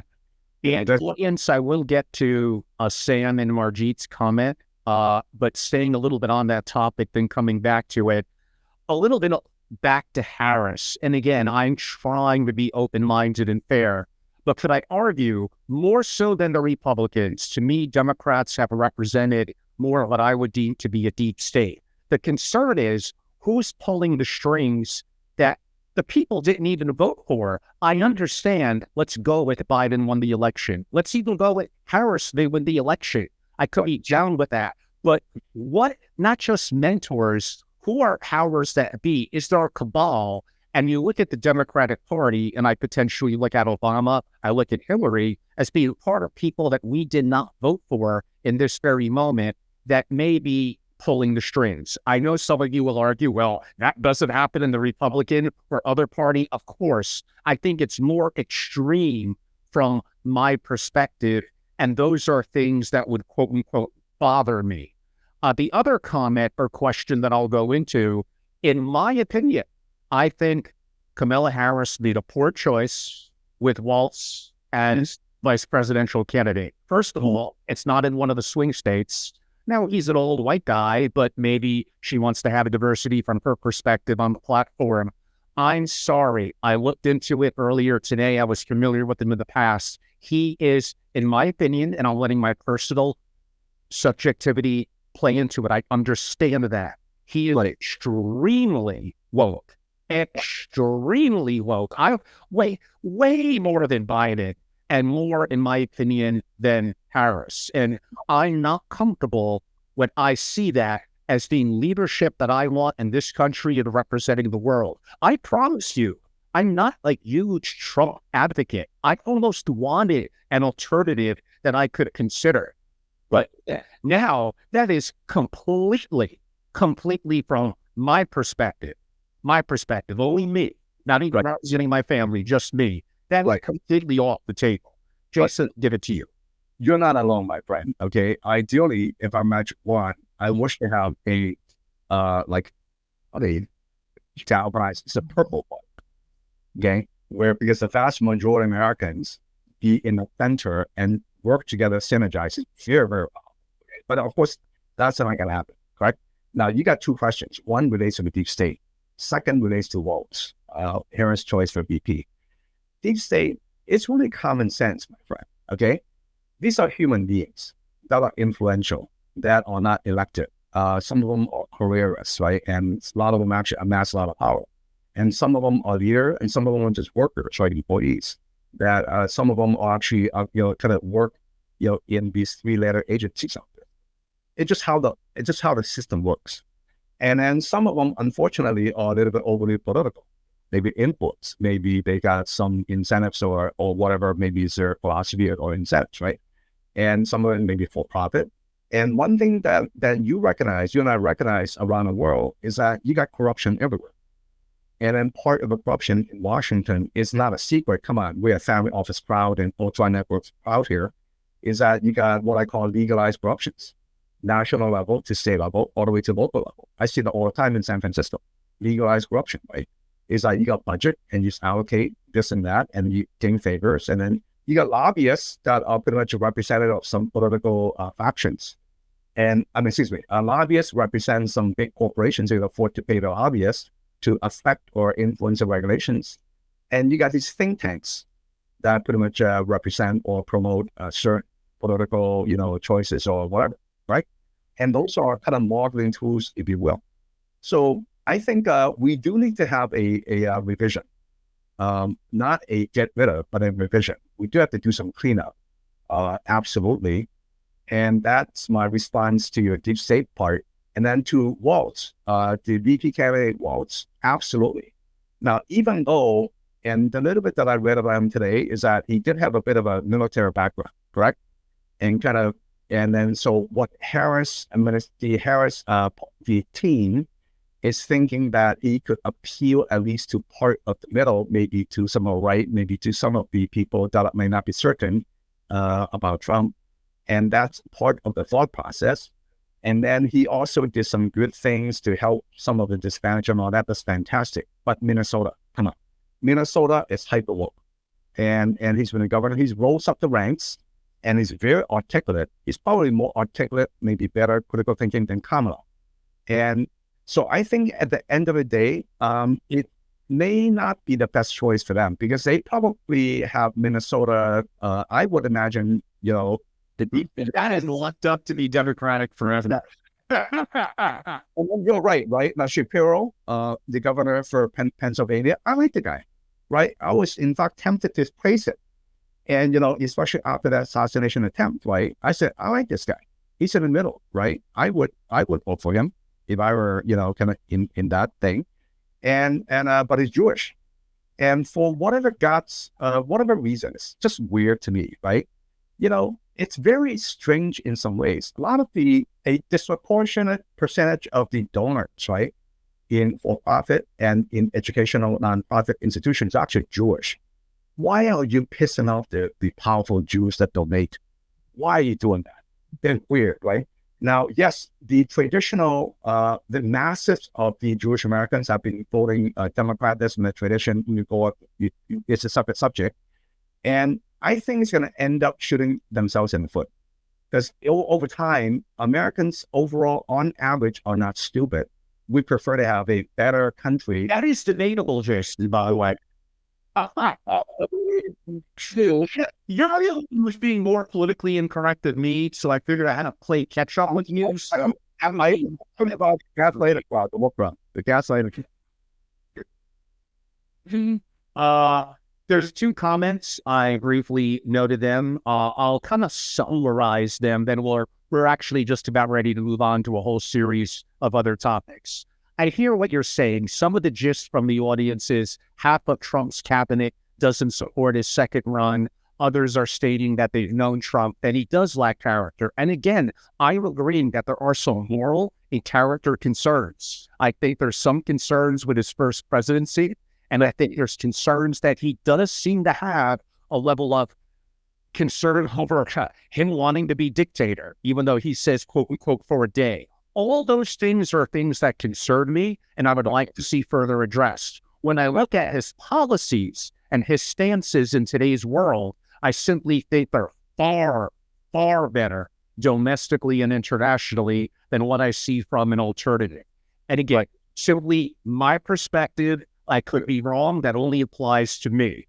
A comment, I'll let you make a comment, then I'll give our 60% done. I want to make a little bit of a broad comment before we continue on. But Jason, if you wanted to comment on my comment. Ask me the question again, Angelo. It was more of the audience is generally skewing that we may be underrating the fact that Trump may not be a great person, may lack some morals, may lack some character. Is that the proper example we want to set to our children? And would I trust him? And does he have some level of dictatorship in him relative to if things go wrong? And I think those are fair concerns to have about Trump. Got it. Now, first of all, to be a great CEO, you got to be a bit of a benevolent dictator. You have to be. If you don't dictate in ways to keep your vision and your key goals intact, you all over them out and succumb to the progressive wokeness, for example. Like, for example, Biden spoke in the military, and all he talked about is like pro-woke, pro-LGBT. That dilutes the spirit and the ethos for the masses of the military, men and women. Okay. So you do need to be a dictator in some good ways. Of course, some people they think that themselves as being character assassinated and all that. One of the things that I advise people, my students especially, and for those who like to listen, is not thinking less of yourself. It's thinking of yourself less. Family offices are astute. Okay, you have to preserve your wealth, and you also enhance your wealth. You also want to make sure and build or sustain or enhance your legacy. You want to make sure your next gens are taken care of. There's a lot of issues in families, right? And same thing, how does that translate to you? How do you optimize and maximize the outcomes in your own equation? So, and sometimes the challenge with geopolitical discussions, and I fall prey to this, and I love long form interviews. This probably is going to potentially push on 3 hours, so it's going to be a long one. We have a lot of subjects to cover. However, I think the challenge is sometimes people of wealth and family offices scratching their head a little bit and say, interesting, but how does this relate to me? Now, again, I go back to geopolitical concerns are number one among family offices. So why don't I redirect us a little bit to a little bit more of a broad question and how it does tie in that issue? How can family offices adapt to increasing geopolitical volatility worldwide? My friend Dan Aniello, co-founder for Carlyle, multi-billionaire, and when he spoke a couple of years ago, he mentioned that the number one risk are governments. The number one risk are governments. And he also states that human capital, the quality is actually more important than financial capital. I cannot agree more. Right? Governments, geopolitical, right? Remember the Soviet joke that I told you, right? You may not be interested in politics, but politics is always interested in you. So first is to understand, is to gain know-how, is to kind of go deeper in understanding how the world really works. Now, the family office here, the matriarchs and patriarchs, principals and executives, you guys are sophisticated, right? But I don't claim to know everything.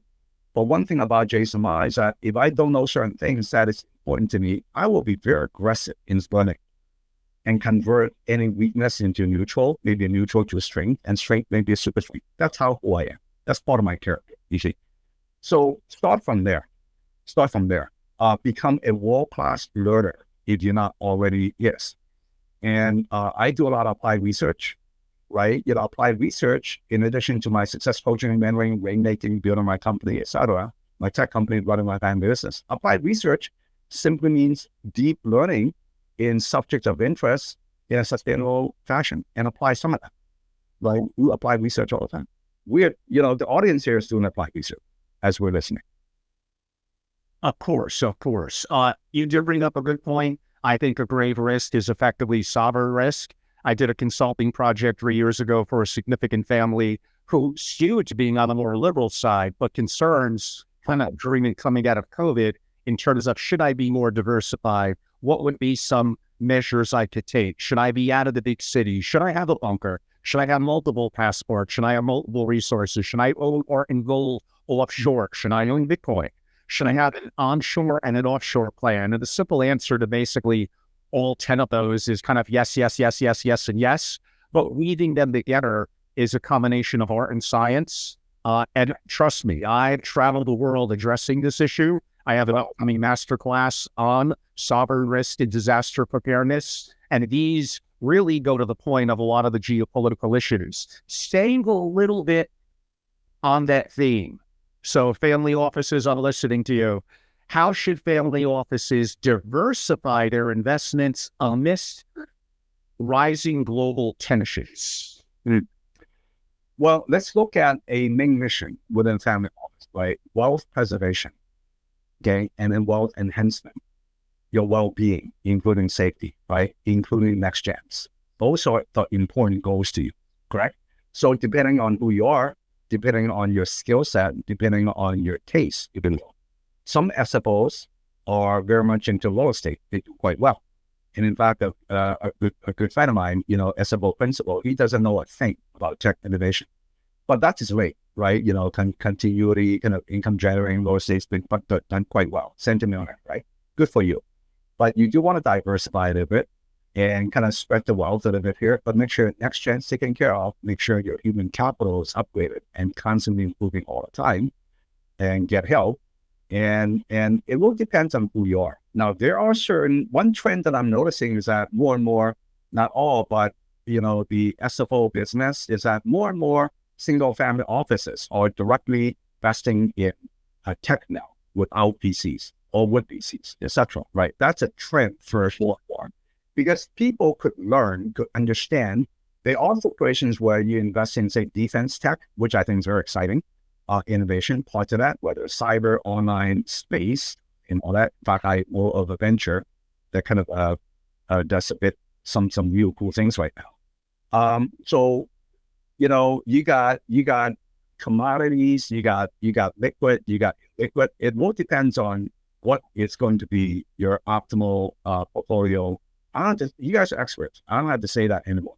But yes, and yes. But That's a sell back asking topic that I'm relatively, let's go with the word, kind of fluid in, and I kind of hinted at it before. Yes, I would be an advocate that the world is changing. Most American investors, specifically, but even globally, tend to be dollar denominated. Is that going to change anytime super short? No, but should there be a long-term perspective and more diversity, including in currencies, and what currencies to look at? Should there be gold? How should it be stored? Or I did mention some Web3 and Bitcoin. I could mention the value of supply chains and investing in that. I could mention the value of direct investing, including literally in owning and controlling interest and understanding counterparty risks and banking risks. These are all things that are going to be valuable. If I have enough resources as, let's call it, an American family, I know the IRS is going to follow me everywhere. I would still have diversity of friendships, relationships, business interests, banking, financial, onshore and offshore planning, arguably a satellite offshore family office. And I'm going to potentially look at areas like Switzerland. I'm a little more reluctant on Singapore, but I'm not against it. But I'm a little concerned about the China impact and potentially, arguably, for maybe more non-Americans, the United Arab Emirates. These are all things that we could do a deeper dive with, perhaps at a point in the future, but I think are the right questions that family offices and others of wealth should be asking. Jason, if you don't mind, for about a minute, and again, this is a long one, so I don't have my hot cocoa, coffee, and those of you also know I do like whiskey. I don't have one that close by. So, Jason, you got my natural adrenaline flowing, so I don't need these artificial stimulants anyway. What can I say? What I will say is, whether you agree or not, either with my opinions or Jason, I hope you're appreciating the discussion. Hopefully you're both relatively thoughtful and experienced in our own perspectives on these issues, and understand, and I've been in this community of family offices a long time, you may occasionally get 10 or 20 minutes out of the bet that's non-recorded, where they'll talk about some of this. There is no one who's putting on multi-hour content dedicated to subjects that probably get me in more trouble than they help me. But like I like to say in my new membership group of SFO Continuity, I really need 30 families. I want 30 founders. That's it. That they don't even have to love me. They just have to believe that I provide value to them, whether they agree with me or not. I don't want sponsors. I don't want vendors. I want proprietary content, great connectivity, and hosting private programs around the country, mainly New York and Palm Beach, but still active around the country and around the world. And they get access to a guest like you that I make an introduction to. They get early access when I start a program where I can make an introduction, or in person, or other connectivity and guests that really can't come on for a variety of reasons. And in person, of course, is how a lot of magic and a lot of how great things happen. So I hope you do appreciate the content on my socials and invites to things I do on Family Office on YouTube and Family Office TV. And I'm reactivating my Spotify and Apple. It should be live by tomorrow for those of you that like to drive a long way and don't want to be distracted by visuals of YouTube, want to hear it in a classic podcasting format. More and more of my interviews are going to go up in more of the traditional format. But those who really believe there's value in joining and being part of a group, I hope you do go to angelorobles.com and learn about the work that I do in my consultative work, my masterclasses, and most importantly, my private membership group at SFO Continuity. I'm imperfect. I've been humbled. I have a lot to learn. But hopefully, I take the attitude of a white belt, a lifelong learner. That's not to say that I'm not opinionated. I am. I'm sure that I'm wrong. Hopefully, not more than I'm right. But I am tackling topics, I promise you this, that others are not. They are not on a variety of factors in the family office world. So I'm a little bit on an island and sometimes hated by some for some of my strong opinions, but henceforth, here I am. Jason, a couple of things, and maybe in the final hour and 20 minutes, if that long, if you don't mind, we could break my old record with Adam Robinson. Adam Robinson and I went about 3 hours and 2 minutes, but let's see. About 60 million people died during World War II. Maybe the number was much, much less in World War I, so it's exponentially growing, arguably, as population and weaponry advances and grows. There are some people that estimated, even if not total nuclear, there may be as much as 200 million people that would die in a legitimate World War III.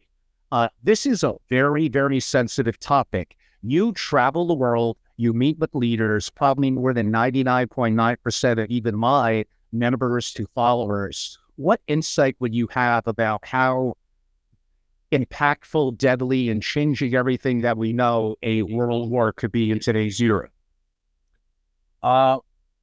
It's 1 or 0. World War III is gonna depends on whether what is going to push a button or not, right? And if you provoke and disrespect a guy like Putin, tactical nukes are available in Belarus already, right? Which is kind of, you got Poland, Belarus, kind of Ukraine, and kind of sandwich in between, and you got a little piece of Russia between Poland and I think that northern Scandinavian country, I forgot what it was. And it's going to be beyond devastation. I think one thing could lead to another. And sometimes I'm very concerned about AI. It's still immature in some ways. It's very exciting, right? Kind of Gen AI, and then you got AGI that's coming sooner. Say, right? Showing general intelligence, and you got beyond AGI is going to be artificial or super intelligence. It's beyond human intelligence, and it's good and bad. One thing I'm concerned about is that if you move away farther and farther than how God created humans, we all created equal. I'm not sure whether the big guy up there is going to like that. I have no idea, right? So, and then because of certain advantage, disadvantage, and kind of like certain trading, right? I mean, I have groom kids, graduate at Harvard, etc., computer superstar and all that. They even sent on to Google and work for firms that do trading, right? Programming is like a sport to them. If you beat the other guy by microseconds, you can win, right?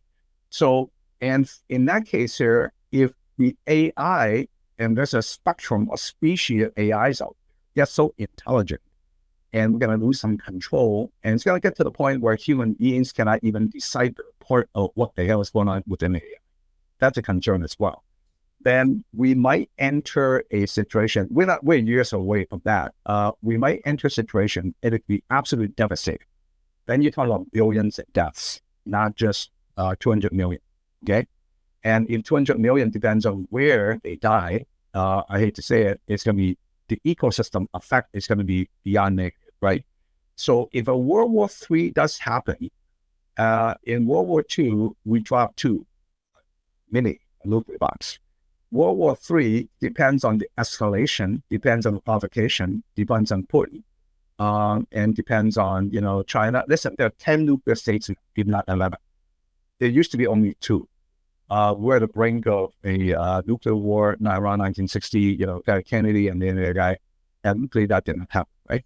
And now there are Pakistan, it's very unsafe, it's a nuclear power. You got Iran probably already has nukes. They've been developing, and they could either organically develop by stolen IP or import it from Russia, maybe North Korea, not surprised at all. Come on, guys. They're buddy, make money. They may have some North Korean nukes, right? And then Chinese is very influential. They kind of fund, etc., because they want to rebalance the world power. There's a lot of stuff going on. Israel is a nuclear state, absolutely. So that is my greatest concern, is really nuclear devastation. If it happens here, it's not like it's going to be Chinese wall. Anyway, things work, right? And then the atmosphere is going to change, and then the climate is going to change, and a lot of plant life is going to die, blah, blah, blah. And then we're all going to be out. Yes. I mean, so let's change. I don't have too much to add to it, but I think that was well said. We have an extremely active chatter in our audience today via our webinar platform, and I appreciate that. We're not looking for you to love us and agree with us. I want to have varying opinions, and it's okay. If anything, actually, it's more encouraged. So keep it up. We have a long way to go, so we got a lot to cover, and you never know if you're not live. I've had videos and technology glitches before where things don't get recorded. You never know. I'm hoping this is an amazing near 3-hour interview and it goes up on my platforms with maybe light editing in a day or two, but who knows? To be live, you're in the moment and you could participate.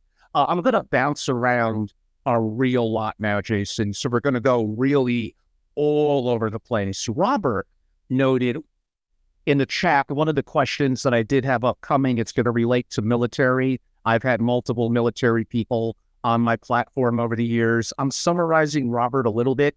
He basically stated he heard a general talk and we need to be more active in what's going to happen controlling AI and robotics, the future of warfare, a little bit of my words, robotics and drones. And he mentioned, I believe that the general did speak about the value of space forces. And at the moment, the U.S. probably has an edge, but we could make a case that China and others should be playing catch up. Is that the future of what warfare could look like in 5 or 10 years? Absolutely. Space, cyber, and drones, right? And then nuclear. It's all interconnected. We got to be superior in space. If Elon Musk did not set up SpaceX, we're absolutely effed, because China was able to land, some guys on the dark side of the moon, which had never been done before. And Russia's it's been it's enhancing all the time. So NASA, the government's been sleeping, okay? And the government's been misdirecting funds, and in some ways, good and bad. And luckily, we have a guy like Elon Musk who really are able to drive things face by face, now working very closely buddying with NASA, and then deploying satellites and all sorts of things up there. Imagine if Russia or China, okay, and there's many countries up there as well, smaller players, are able to destroy your satellites and destroy, part of your infrastructure in space. And without the communication and without the weaponry, defense and offense, we're effed at the country. So you got to be superior in space, number one. Number two, if a World War III start or a major hot war regionally, why don't one player who's just going to say, I'm just going to launch a couple of million bombs. You think your defense system, your missile, you're going to enter your dome's going to cover all that? No, someone who's going to come through. It's going to kill civilians. It's going to kill people. So, and then China's got a heads up on that, Iran, etc. NASA heads up on hypersonic nukes. Massive on hypersonics as well.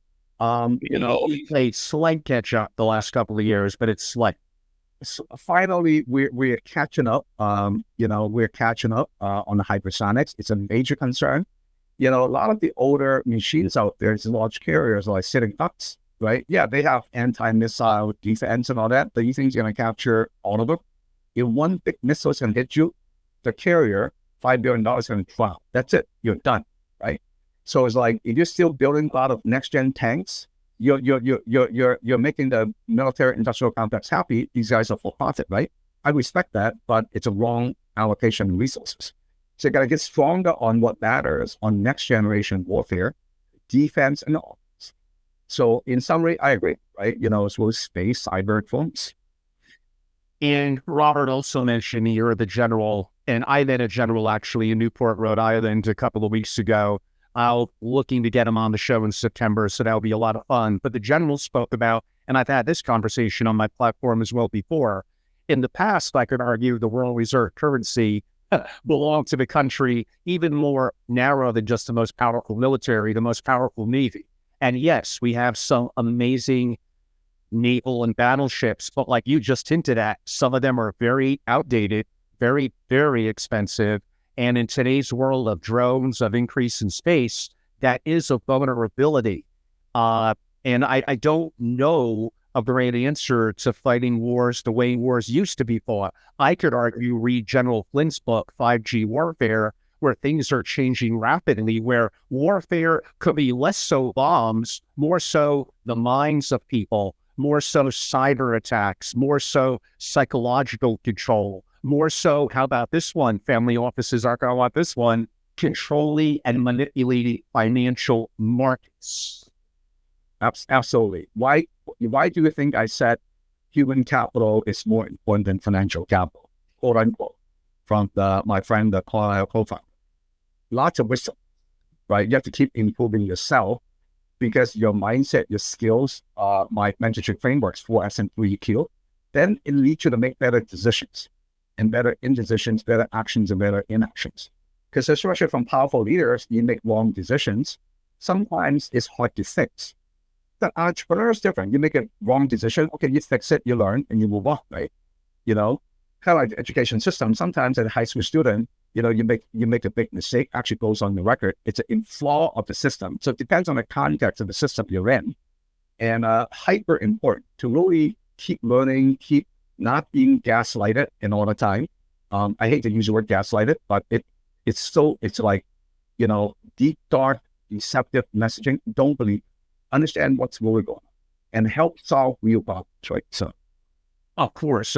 And we're approaching almost 2 hours. I'm going to break a little bit of a rule. The plan was basically for my members only after the 2-hour mark, so they get some exclusive content, could deeper interact. I am going to open this up and leave it or open to a little bit more broader audience. My members are most interactive relative to my webinar feature.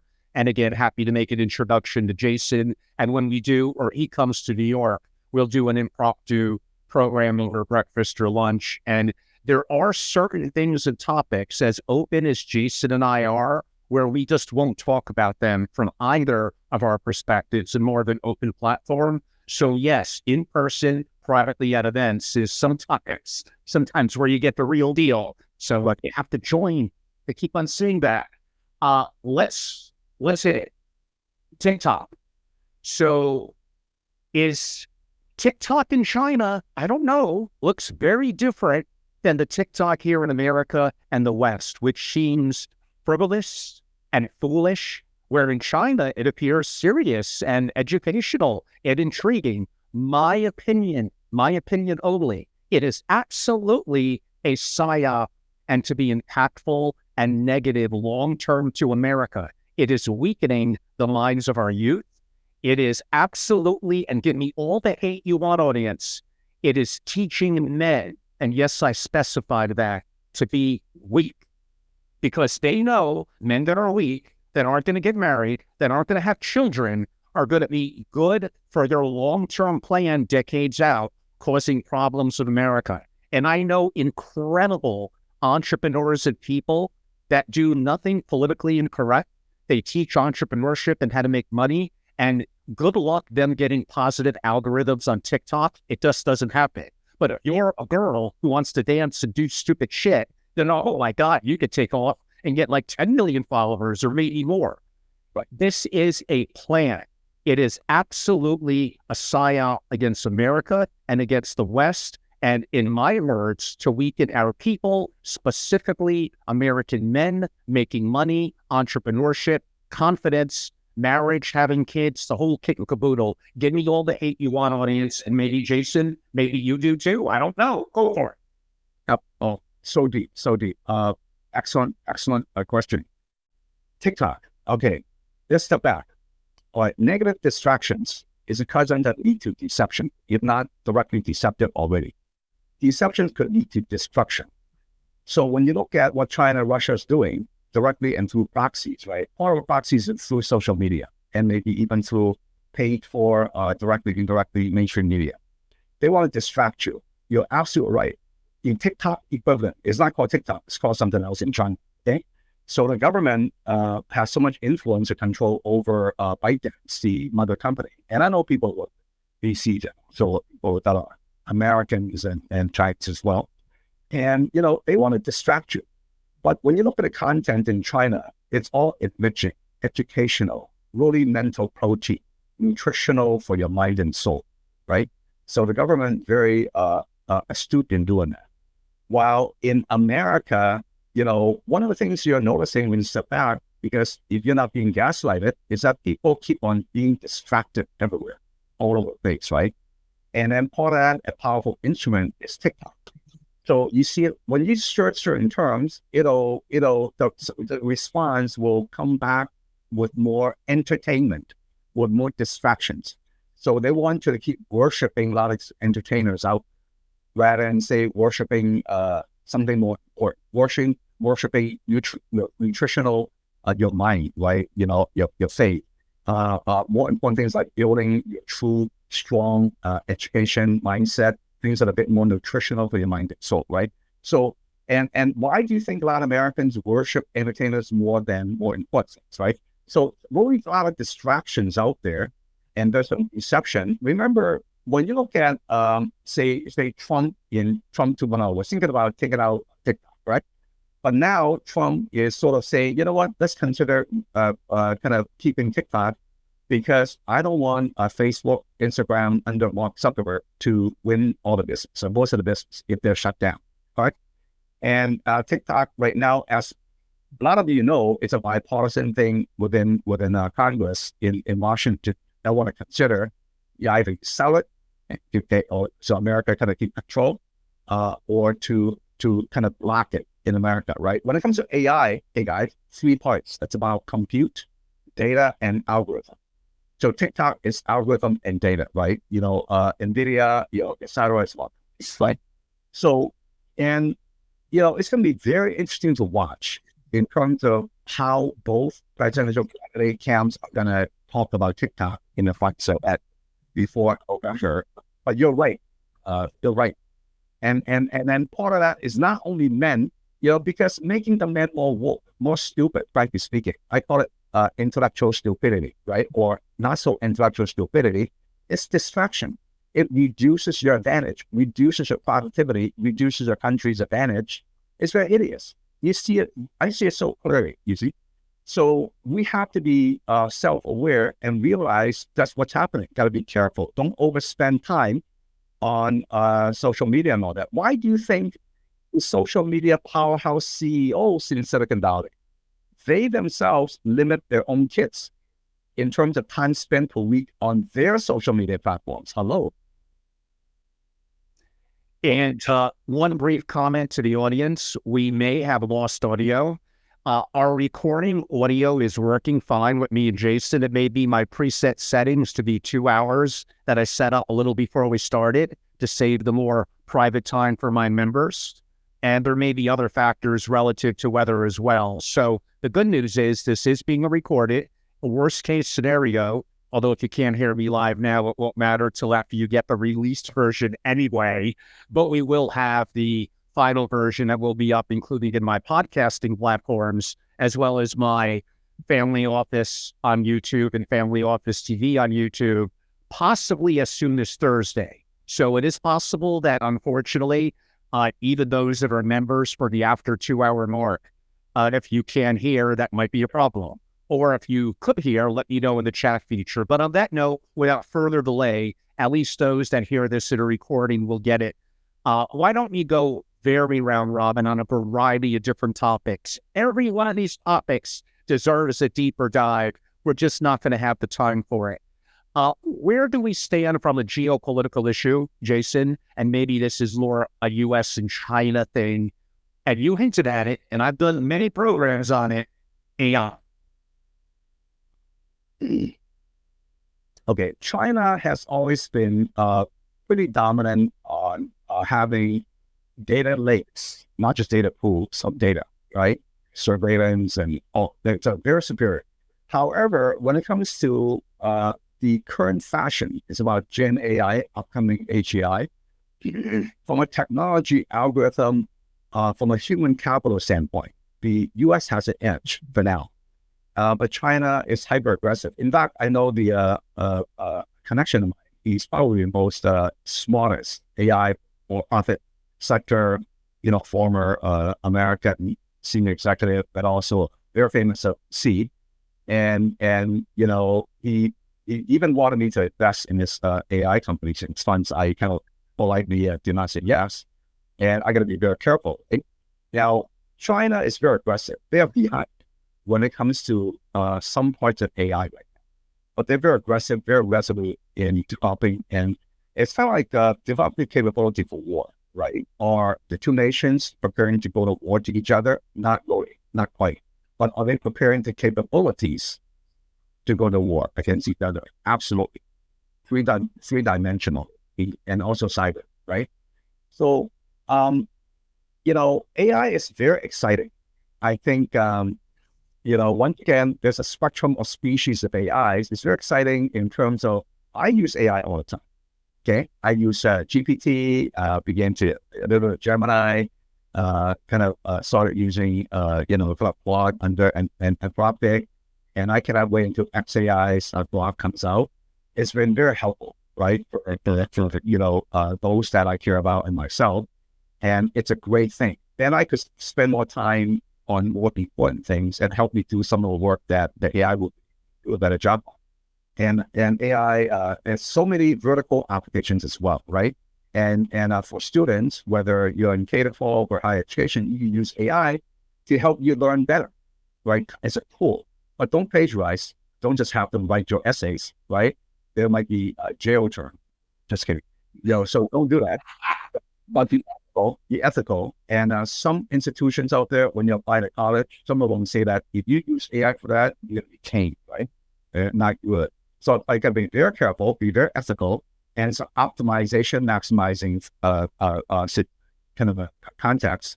I am concerned about if we allow, we meaning private public sectors, and the government's a concern as well, exciting concern, but the governments are not fast enough. It's impossible for them to learn and speed up exactly what the private sector is doing. At the same time, you don't want to stifle innovation, right? Kind of like that's Europe. It's which is one weakness that they have.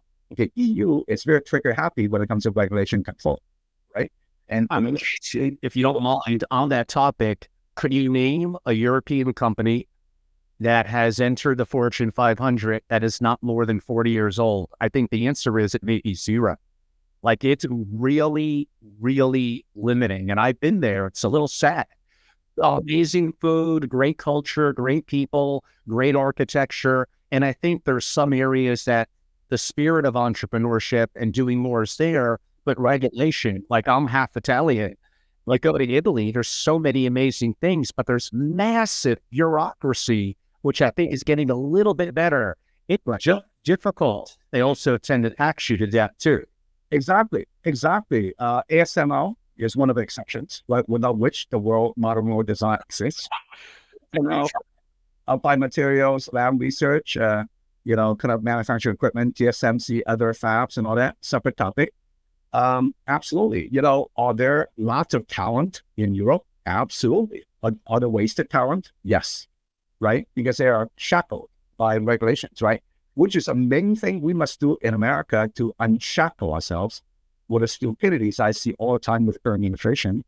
All the anti-business, anti-innovation, anti-entrepreneurship, anti-tax, anti-startup mentality that they don't say that publicly. It's the actions they take in their regulatory environments in hard to have control. And when it impacts the mindset of the people generation after generation, they don't have what we would call in America that spirit of going out and doing it, of failing, of getting up, of getting knocked down, of being resilient, of almost encouraging and respecting a entrepreneurial journey that we have. Right. My friend Steve Forbes, right? His team was kind to invite me to the Forbes Global CEO Conference 8 times. I went to 7 times. He's a fun guy to talk to. And I joked with him last time, hey, Steve, you're going to run again? I love your back tax, right? I'm going to support you. It was a joke. I know he's not going to run again, right? But it's kind of like, Hong Kong and old days in Singapore, flat tax 16%. And by doing that, you literally give back billions of hours of productivity to Americans. Of course, it's not going to happen, right? When you keep the tax code and all that simple, it's an example of regulations. Good regulations, bad regulations, right? Do the math. 260 million adult Americans. You spend X number of hours, just a couple of billion hours per year just on stupid tax, right? Of course, the tax firms, accountants, I love it. They make money. But imagine we regain billions of hours of time available to Americans to do more important things. Can you imagine that? So likewise, when you unshackle the entrepreneurs, the innovators, even venture capitalists, right? It's amazing to me to see a few billionaire VCs gaslighting, bullshitting the world about the thing. Things don't work like that. You want to make it easy. Even at the B20, G20, we've been injecting language into the policy recommendations to the presidents and prime ministers, right? They unshackle, ease the regulations for entrepreneurship. Because most businesses, most jobs are actually in startups and SMEs, right? Small, medium businesses, right? Most businesses are actually family businesses. You want to make it easier for them. You want to make it easier for entrepreneurs to hire, to really make a difference, to create great products that really serve the customers and return money to the investors, right? To the founders, executives, etc. So regulation is a massive, massive thing, So, and completely unrelated, a different subject hinted at very early on. Warren Buffett very strategically sold a significant position and turned it into cash from his Apple holdings. He is sitting on a stockpile of all stockpiles. That level of dry powder when the markets go down to get you tremendous quote unquote power. We look at NVIDIA's Jensen Huang and him converting a lot of quote unquote stock and redirecting some of his holdings in NVIDIA. I don't know. Maybe I'm looking too deeply into this. I'm sure there's other cases as well. Their timing was really, really good. Are they just really smart? Were they lucky? Or do they know something that we don't? I think it's all the above. Okay, first of all, I think I would not over worry about these periodic market corrections. It's just a correction. Come on. I agree. When you look at the multiples and numbers, it's just another mini irrational super. But that's how American markets are, right? We lead the world, we drive the world, and all that. And when you look at the charts, look at the numbers, look at the macro, look at the micro, look at the companies, fundamentally, without tech, we're screwed as a world economy. Right? It's really tech and plus a few other staples that are important. Now, Warren Buffett, he's one of my heroes, by the way. Charlie Munger, one of my heroes, right? 99 still rocking full time, and Charlie Munger, Warren Buffett, two of my heroes, right? And never retired. And he had a philosophy. He has a philosophy of never sell and hold. But there's nothing wrong with taking some money off the table. Now he's got a couple $100 billion in the bank, and there's something wrong with it. And it's not. But when you look at the market cap, come on, NVIDIA's got over $3 trillion. One point exceeded Microsoft. It's our market cap company. Kind of NVIDIA, Microsoft, and then you got Google, and then you got Alphabet, and you got Amazon, you got Aramco, and etc. Facebook, $1 trillion place, right? So, and then NVIDIA, the market cap got down to about 2.5 trillion from 3. I think it's a little bit reasonable because people are still buying, and some companies are hoarding the GPUs out there, and so the compute sector within the AI massive sector is benefiting. It's going to keep on going on for a while, but Jensen is very, very smart. He's looking at the next thing already, next sort of innovation, but still more compute. I'm a bit of a concern about Intel. But I think overall, I would not, kind of get too worried about these corrections out there. I am concerned, like you, Andrew, about the $35 trillion deficit debt, because we keep on kicking the can down the road, and we have to sustain the U.S. hegemony, including Of course. Now, that subject I'm more excited about. I have multiple macro guests coming on in the next couple of weeks. We'll do a deeper dive. As long as, in theory, we're the world reserve currency, it's not quite as bad as it looks, but it is bad. And how do we address issues in GDP? What impact will AI and robotics and the changing world have on all that? Stay tuned. Speaking of big tech, we actually hinted at this earlier, and you're in the backyard. Is U.S. big tech in Silicon Valley, is it effectively too woke and too bloated? Maybe not as much NVIDIA, but I look at companies like Google and others, it almost seems like the employees are the power has shifted too much to them. And that causes hierarchy and overly reliance on hierarchy, on what I deem to be bureaucracy, and a level of entitlement and disrespect to leadership and management where I'm seeing some negatives. But I admit the pendulum may have had a slight swing back to center, but you're right there. What are you seeing? I've been in the Bay Area, Silicon Valley, only for 50 years, right? So and my older daughter, she's a senior software engineer at Google. I love Google to death. I think highly the people that I know there, from the very top down to people at the working level. But given a large bell curve, they are 100, I forgot what they laid off the tens of thousands over the recent times, and they're still probably 130, 140, I forgot what the numbers are, like employees. So when you have such massive data points, so many people, you're bound to have a small fraction that are influential, that are in the far left or a little bit in the far right, but not so much, right? More on the far left, more progressive woke. And unfortunately, some of that, the influential people are in positions where, without being checked and balanced so much, they could actually have a lot of power to affect the algorithm and manipulate the data and feed skewed data into the machine from machine learning. That happens all the time, right? So recently, when you do Google searches, the results come out to be a bit skewed, right? That part I don't really like, right? I wish they would fix that. And I think, when you look at Facebook, right? It's a great company, but I hate the algorithm. I hate part of the content moderation. I think it's too dark, too biased. It's quite clear based on pattern recognition. But when you look at Mark Zuckerberg, right? And recently he sort of like Sam Altman, come on, the King Kong, one of the czars in AI. He wrote something very nice about, President Trump, you are a hero, blah, blah, blah, said some good things. Because that was before Kamala got elected, because they're thinking that Biden's going to lose, Trump's going to win. And, why don't we start proactively maybe bridge a potential relationship, and then especially with Zuckerberg, right? TikTok and all that, I'm going to get out of business.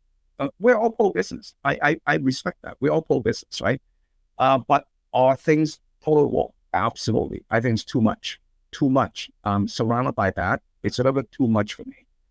In San Jose, which is the biggest city in Northern California, heart of the hearts of capital, people I say all the Silicon Valley is like hearts it. So like Mayor Matt Mayen, he's all among the Democrats. I like the guy so much. He's a Harvard alum, but he's the best mayor that I've seen in the biggest city in Northern California, including Silicon Valley. He's literally getting shit done one at a time, pragmatic. He's also setting up a real-time dashboard to measure its performance about the metrics that are important. Homelessness, crime, this and this and this. I wish that a lot of cities in the nation, in the world, would model after him. And he's doing a great job so far, right? So he's pretty centered, and he really cares about the masses here. I don't see that much wokeness in this underlying agenda, which is refreshing. So. Very interesting. Again, I do have to bring it back for our hardcore investors and those that are looking to say this is great. It's a data dump. It's knowledge information. But what value is it to me as an investor or family office? So I'll knock off a couple of questions. How should family offices approach investing in emerging markets given the current global uncertainties? Reminder, for much of the last 20 years, kind of make the argument that emerging markets relative to risk have underperformed. The Of course, I'm not a financial advisor, so don't listen to my words as financial advice. Not at all. I'm not one. It's my opinion. Like in this talk so far with you conversation, it's a mixture of facts and opinions, right? And when it comes to emerging markets, you could find in different ways, vertical, horizontal, different geography. Israel is not an emerging market, but yet faith that Israel is going to emerge, right? It's got some of the best hard tech, deep tech out there. So I really believe in them. And when it comes to, depends on the asset classes that you want to put your money into. You have to assess what long-term risks might be. I got friends of mine, for example, a friend of mine, also principal of a single family office, I mentored for a couple of years, both his boys, right? Doing very well. And, he's got multiple citizenships. He's a British guy living in Singapore. Citizenship also in New Zealand, in different places, because he's afraid of potential Armageddon thing, right? And a little bit on the extreme side, very protective, but I kind of learned from him as well as one of my own learning sources, right? So I would say at the end of the day, I find that most people still like to put money into the US. Because no matter how bad or good it is, it's still a bit of a safe haven, right? Especially if, let's say, Trump's going to win again, then business is going to get excited. Absolutely, right?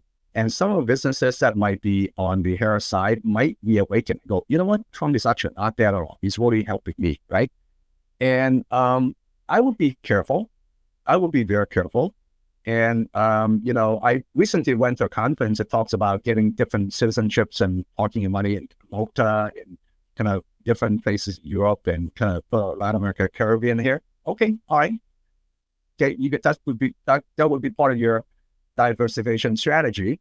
Do some homework. You have to place bets, right? It's your own risk assessment. It's your own risk tolerance. Are you high risk? Are you low risk? Right? What is your intestinal fortitude for risk taking? Right, and shelter away some of the money ethically of the year. There are some family office questions a little bit related to that came in. Maybe I'll just give you a quick opinion on it. You could chime in. Angelo, how can family offices protect their wealth against currency volatility? Well, first of all, in the U.S., the dollar, like Jason just noted, it may be the one-eyed giant in the land, but it still has that one eye. It is king. It's doing well. Do I believe there's concerns longer term? Yes. Do I believe we should be more global citizens? Yes. Do I think that we should potentially, for larger family offices, set up satellite family offices with boots on the ground in certain locations? Yes and yes again. Am I somewhat intrigued by a little bit of diversity into the Swiss franc, the Norwegian krona, the Singapore dollar in small numbers? Probably yes, yes, and yes. Jason, any specific opinion with your travels, maybe more specifically with Asia, relative to currency volatility? A lot of countries out there are still kind of pegged to the US dollar. Okay. Now, obviously, China wants to keep increasing, keep gaining on their power. And ideally, if they have a magic wand, they wish the RMB to be the currency in the world, right? Of course. They are wise enough to realize that it's not going to happen anytime soon because the ecosystem is so intricate with the US dollar as a through line.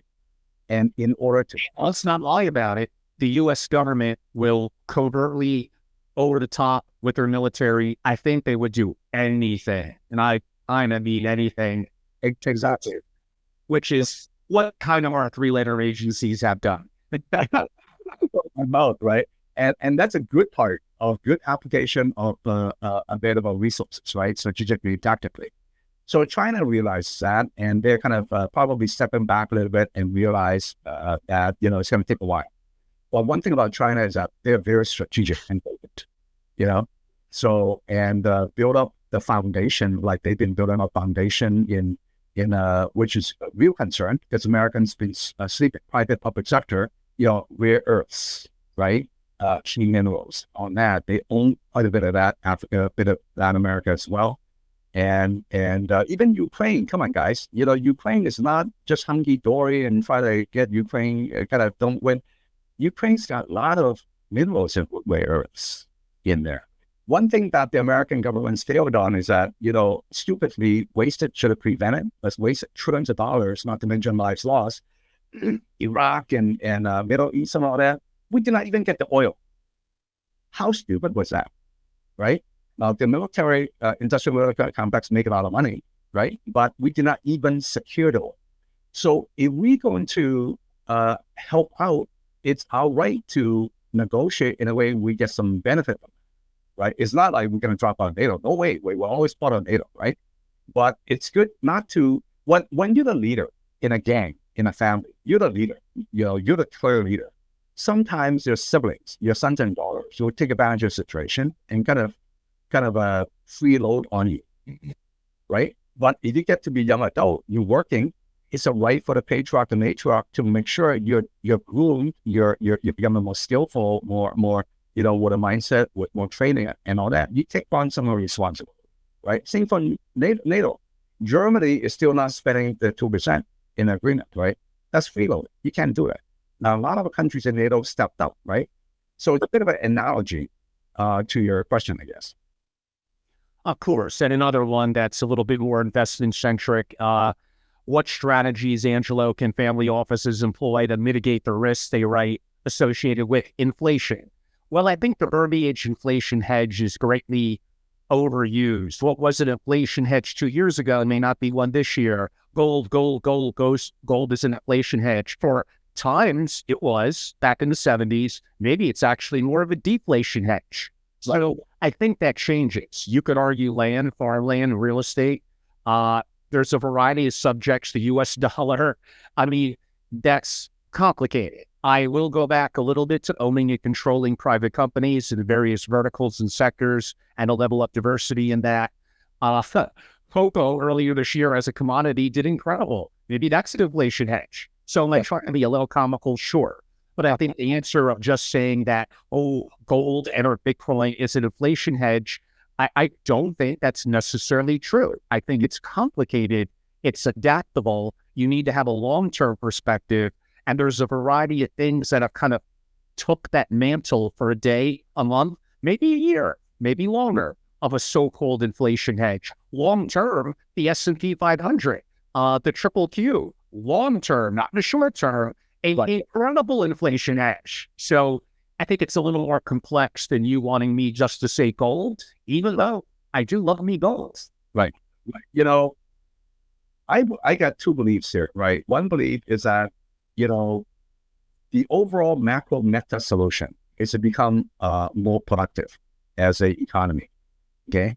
By really beefing up our innovation, unshackle some regulations, kind of use tax in a way where Reaganomics kicks in a bit more effectively, right? In the new generation, and I think really I really believe that we have the opportunity to revive in some ways, not revive, but unshackle the full potential of America a bit more, and get rid of some of the shackling, stupid regulations and distractions, if we will, okay? And don't get so deceived, so that we could allocate a bit more brain trust, more power together in moving in one direction. That'll be very unstoppable for America. That'll eat inflation like a little piece of snack, okay? And of course, gold bonds and all your, safer bets and all that. Yeah, sure. Park some money in that. Depends on your own diversification and asset allocation strategy. Depends on who you are. Depends on your beliefs and your values and principles as well, right? In your family, what kind of legacies you want to have. Take care of your next gens. I'm very big on that. And I think overall, go back to technology. When China third planet, we haven't talked about it, okay? So it just happened recently. Xi Jinping and all that. And one key finding on that, which to me is not a surprise, is that they're doubling down on really beefing up technology, because they believe that innovative technology is going to really help drive and beef up the economy, right? In China, we all know that they are absolutely suffering from degradation, cratering of the real estate market, because the masses lost a lot of wealth, right? The people that own real estate. And all these Evergrande, country born kind of went down tank, right? It's like market cap dropped by 89%, etc. And not to mention a demographic issue, and over time, China might decrease the population faster than the US. That's a major issue to them. And you have other major issues as well. But the Chinese government, they're very resolute in terms of their vision, dictated by the current top, emperor-like leader out there. So overall, I think, does that answer your question or not quite? Yes, and actually you did beat me to the punch, although we can't spend as much time as I would like on it because there's about 3 subjects that we have to cover. But one of them, we'll get right into it. I'll allow you to add on to what you said, and that relatively is going to be about China. Certain things you may want to consider are going to be their security and infrastructure, but some of the challenges they have in terms of demographics, and there's a variety of others. So why don't I allow you a chance to expound from a geopolitical perspective? Remember, as an investor or family office, what I need to know, why it's important, and what I could do to either hedge risk or make money. Right now, unlike yesterday, much of the Western investors are kind of backing off from China. And the key reason for that, of course, companies big and small, right? Many of them like to do business because of sales, right? In China, it adds to the top lines and bottom lines. China is a massive market, especially for consumers. And the enterprise market kind of began with them as well, but massive consumer market. So from a sales standpoint, export standpoint, or even some joint manufacturing, whatever JV standpoint, it's good. It's good for both countries, right? From an investment standpoint, let's face it, investment takes time. Typically takes a certain time to kind of get your return on investment. Kind of sometimes takes a long time, many years, right? So it's no secret that a lot of Americans are kind of shying away from that right now because of uncertainty. Because of what's going to happen. If China suddenly have a new regulation, then it might affect the potential liquidity of my investment and returns. So because of that, from a family office investor standpoint, you're going to be very cautious, right? And we all know that China is hyper aggressive and very strategic, very resolute in beefing up their kind of the AI, cyber, and kind of they already have a dominance in many parts of Earth's minimum and minerals, and they've been loaning to a lot of the developing countries, underdeveloped countries, with the agreement that they're going to pay up, they're going to own you, right? They executed on that quite a bit already here. And there's a bit of a backlash, but they've been very good at in that. They've been very aggressive on space, Navy. Now, China Navy exceeded the total number of ships in the U.S. So in a conventional thing, then yours is bigger than mine, kind of. But one thing about China is that when it comes to actual external warfare, they're actually not that experienced compared to America. That is definitely true. We went out last time. Not that it may matter, but when was the last time that China won a war? Zero. And China used to be great. They used to be a couple hundred years ago, used to be very dominant in parts of international, and then went insular again. There's a lot of history to that. So from a human capital standpoint, they actually don't have the complicated, complex set of sophisticated experiences like Americans, right? So we have a one-up on that. But they're very aggressive in developing the capability. One thing about Chinese, I'm Chinese American, right? So I got the blood. One thing about smart Chinese is that they're very good in being world-class learners.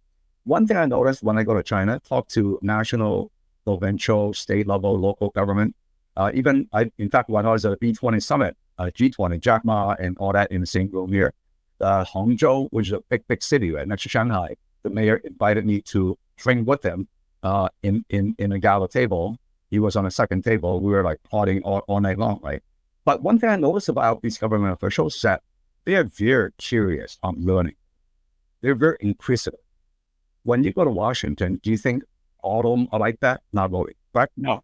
They have a little difference. Human capital quality, right? They're very inquisitive, very aggressive about learning, you see. So that's something that Americans must wake up. Stop being so damn woke and distracted. Learn, become better, become more effective, you see. So infrastructure, absolutely. China could build a complex bridge in 2 days. It takes a freaking Bay Area 15 years to add another station to the park sometimes because of all the lawsuits, inter-county, inter-cities, the dark side of capitalism. I'm a capitalist. I'm for that. The regulations and politics, and I'm going to get elected, all the dark side that blocks, right? So in a way, sometimes if the CEO of a country has more influence and power, his heart and mind in the right place, it's actually good to have. The problem is that when you have bad CEOs that are dictators, that's pretty bad, right? Like Venezuela, etc. So China, overall, I think the strengths, infrastructure, superior. You go to parts of China, I live in Silicon Valley, okay, probably the most powerful place in the nation, except for DC, if not the world, in some sense, when it comes to tech here. But I tell you, Angelo, one thing that frustrates a lot of us is that part of Silicon Valley is like third world infrastructure. I'm not kidding you. It's like, oh my God, man, I'm a damn third. What's Silicon Valley? What's wrong with you, right? So do a better job, cellular coverage, the roads, satellite. So China's got a one-up on that. They have they're way ahead in manufacturing capacity, manufacturing prowess. It's good that we're showing some. The CHIPS Act is good and also bad at the same time. I give the Biden administration credit for that, but it's also bad because it encourages certain big tech to be more dominant. But what about the little tech? The little techs are where a lot of innovations come in. So as a government, we need to be more effectively embracing the little techs, right? So family offices, investors pay attention to what's moving on, right? There might be avenues, if you believe that we can succeed, those might be potential investment targets. So there's more things about China supply chain. That a lot of companies are kind of diversifying from China's supply chain because of risk. It's very risky, right? What if one day China said, "Guess what, guys? I'm gonna regulate your asset in China. It's a massive asset, like a massive plant for cars or for chips or something like that." Then what are you gonna do? You're gonna sue? You'll never win, right? They're gonna protect you. And the great decoupling in some ways, we're integrated in many ways, economy, but it happened already. The kind of two universes, the Chinese universe and the American urban universe, that started already. It's going to take time. Taiwan, Hong Kong, etc. Those are separate subjects. I guess I'm going to. Kind of was my next question. I got time for about 7 questions. I'll go a little round robin. If you had to give us the 2 minutes on Taiwan and Hong Kong, maybe 3, what do you got? It relates to all the massive amount of elections around the world this year, doesn't it? Taiwan, yes. Not to mention Mexico, not to mention right? Not to mention a few other places here.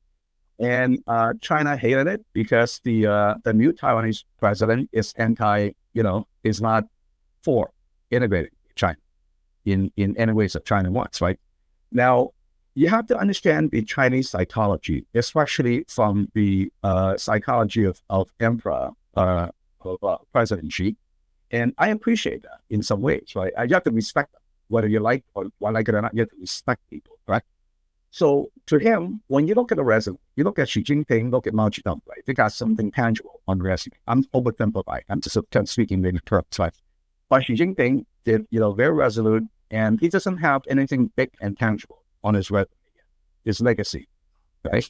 And then China would lose a lot of face if Taiwan is going to be independent, it's going to be a nation, it's not going to be part of China, because that's a belief system for a long time, right? So eventually, I think it will happen. Is it going to happen tomorrow? I don't think so. I don't think they're that well prepared. While the U.S. and Quad and AUKUS and all that are preparing to help kind of alleviate certain potential situation in Taiwan. I think from the American standpoint, investors and all that, listen, the greatest asset in Taiwan is TSMC, okay? And the semiconductor manufacturing plant. Semiconductors, without which the modern world simply does not exist. And if China owns it suddenly, right, and then block out the U.S., we can be absolutely screwed, but in entire world, the U.S. and Western countries are going to be screwed, right? So that's a main driver right there. Not to mention the geographical location of Taiwan in the South China Sea, right? It's a very nice geographical location. And so that's Taiwan for you. But once we fix those problems, and it's going to take a long time to have sufficient and adequate dependency on semiconductor manufacturing, the fabs, right? Which would take years and years. And you know, then our worry might be a little bit less. But then again, the geographical disadvantage that we might have, right? So you think of it, what outcomes are working from Americans, and then you think of it, what outcomes are the Chinese looking for, right? And what outcomes are Taiwan looking for. So that's Taiwan for you. Is that sufficient for Taiwan? Otherwise, I'll move to Hong Kong. More than sufficient. Briefly on Hong Kong.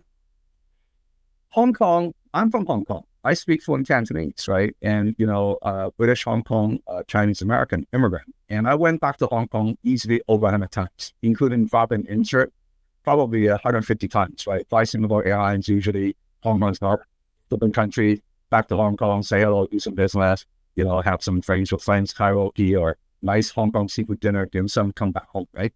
So a couple of million miles, lots of Asia Pacific across Asia, now called Indo-Pacific. Hong Kong's sensational, used to be for decades and decades, 80s, 90s, 2000s, a little bit until recent times. We joke that, hey, it's Asia, New York City. Right? It's got the New York City vibes, it's dynamic, it's fun, very international, super free, right? So today, when you go to Hong Kong, unfortunately, the hardware looks the same, the beautiful skyline. So I talked to one recent guy in one of the major media outlets in America, living in, and then other people as well. The hardware looks the same, but the operating software completely changed. You know my point? So after the massive riots, the massive protests a couple of years ago, pre-COVID, etc., and think about that. Millions of people out of 7 million population, that's a massive double-digit percentage people who protest against the freedom concern with China. Okay, it's public know-how, so I'm not saying anything new. And then riots and deaths, and it's a very unfortunate situation that happened here. And then all China had to do after that is that, okay, here's a new regulation, here's a new law. You cannot protest anymore. If you did, you're gonna be in jail. They executed that like wouldn't be. There you go. So today, when you go to Hong Kong, it's less fun, right? A lot of people left already. Of course, you do business, it is related to business, and it's the culture changed quite a bit. You're not as free to speak and talk. And usually in any cultures, any countries, culture takes a long time to implement the change, right? But imagine if you have a drastic change in culture like that, imagine how it makes you feel. If you have resources, you would have left already. A lot of people left, right? But for those, I feel sorry for the youth in Hong Kong that are just kind of helpless, no resources. And some of them can do well, but a lot of them are already in despair, I see that. So it's a bit sad to me about what's going on in Hong Kong. Now Hong Kong is treated as part of not 4849, it's part of mainland China. Right? I got friends that are government officials and billionaires and people like that and all that. And you have to be a lot of some of them have to be CCP members, right? Life. You have to probably include some American citizens, but you have to conform, right? Make sure you don't cause trouble and do business and all that. In a way, you do have to pick sides. So a lot of Hong Kongers have to pick sides. They're part of China. And Jason, staying round robin and keeping it quick, India, rising power economy, global powerhouse, largest population, dominance expected GDP 2070. But we kind of have been hearing about some of this for a long time. What's looks good on paper and what's reality? India certainly will be emerging as a upcoming super because the market is huge, right? And it's still a democracy. And the leadership overall, it's pro-business, right? They might be a little bit not for certain, come up too open to different faiths, some of that. And every government, every regime is good, right? So when I was at the G20 summit, kind of right in advance of the G20 leader summit in New Delhi, and I'm very lucky. I get kind of treated when I see kind of said was going to sit up on the eat people in a gala dinner, kind of organized by one of the powerful ministers. And you can imagine a lot of people in there. I met with that. For example, one of the people I talked to was a rather high-level official from Russia, right? His job is to really kind of help manage part of the relationship with India. Let's just say in very important areas. And what I learned, not surprised to me, is that they have a good relationship with Russia, because Russia sells oil at a discount to India. India needs oil, right? So some of the resources, the supply side, they work together. And now politically, is Russia more aligned with the West, with the US? Absolutely. But certain subsets of their lives, of their organizations or ecosystems, depends on what subset you look at. There are parts that they are total friends. There are parts they might be opponents. There are parts they might be frenemies, right, or cooperators.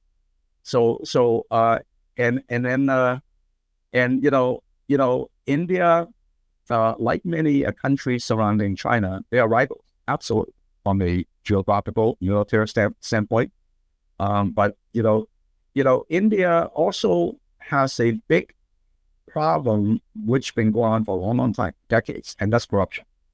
That's corruption. It's not a secret. Okay, you talk to even a private sector, a lot of Indian Americans, and the joke in Silicon Valley is that Fremont is the Indian American headquarters. I got so many Indian American CEO friends, right? You know that we laugh all the time. Hey, you live at the headquarters, right? And we're connected. We see it. But corruption is a major issue. It's a major issue. I go to, one time, I spent, I was in a nice hotel room, one of the nice, what was an Hyatt Delhi, and in a gym, I met one of the government officials, and I said, hey, I'm Jason Jaguzu talk, and I learned that he's a government official. He enjoys a lifestyle that he has, right? He doesn't want to give that away. Same thing for Washington about it. And but corruption is a big issue, I think. So I cannot propose any solution to that.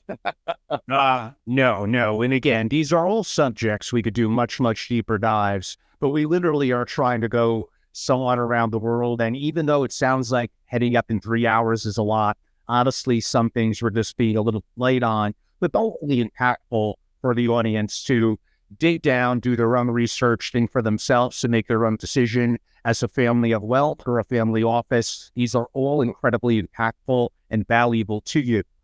Very briefly, any specific opinion about Javier Milei in Argentina, the impact of what he's doing there, good or bad, and why family offices in the world should care? Very exciting. Is he perfect? No one's perfect, right? But without controlling the crazy skyrocketing inflation all the time, you don't have a country, okay? And he's kind of a, people joke that he's kind of like a mini Trump and all that. But in that particular context, in that country, Argentina, which I went to because I was at a B20 summit, I love the Argentinians. We have some great friends here. Great sit. That's right. If they're here, I go to Buenos Aires. It feels like kind of older part of Europe, right? It's like older European descendants that are, French, German, Italians. Mexico. They're going to have a change in terms of their presidency. It's an interesting choice. Right. The impact from a global perspective, and again, why should family offices care? Right. The previous regime and the current regime, which is a bit of a kind of a carry on, right? Of course, now you have a woman who's Jewish by faith. I don't know how devout she is in Judaism, but it's more on the left side. The Mexican government is very astute. They play it carefully, working, with the cartels and all that. They deal with different international, and I respect what they do quite a bit. I think it's a good partner there.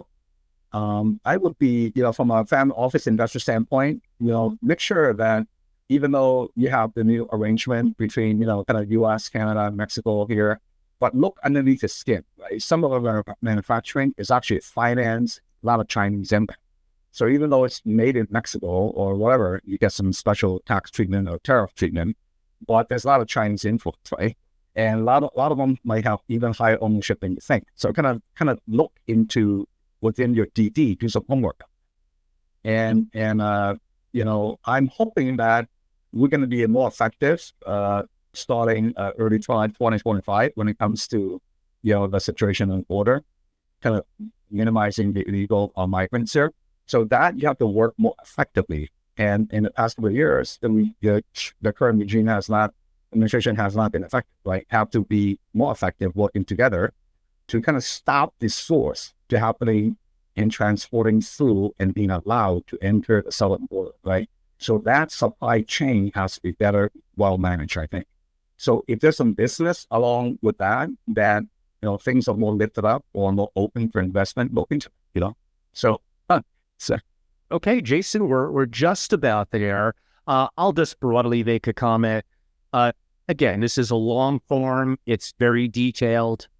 Broadly speaking, geopolitics and family offices by nature, there's going to be agreements, disagreements, and various rabbit holes that we could have went down further. But even though it's long form by podcasting standards, it's just so broad in some ways and not deep enough in others. But again, causes you to think for yourself. You do not have to agree with either me or Jason. If anything, I kind of sometimes prefer if you don't, and you could share your reasons why so I could learn. But I'll also add, in representing from Jason's perspective as well, his opinion is his opinion.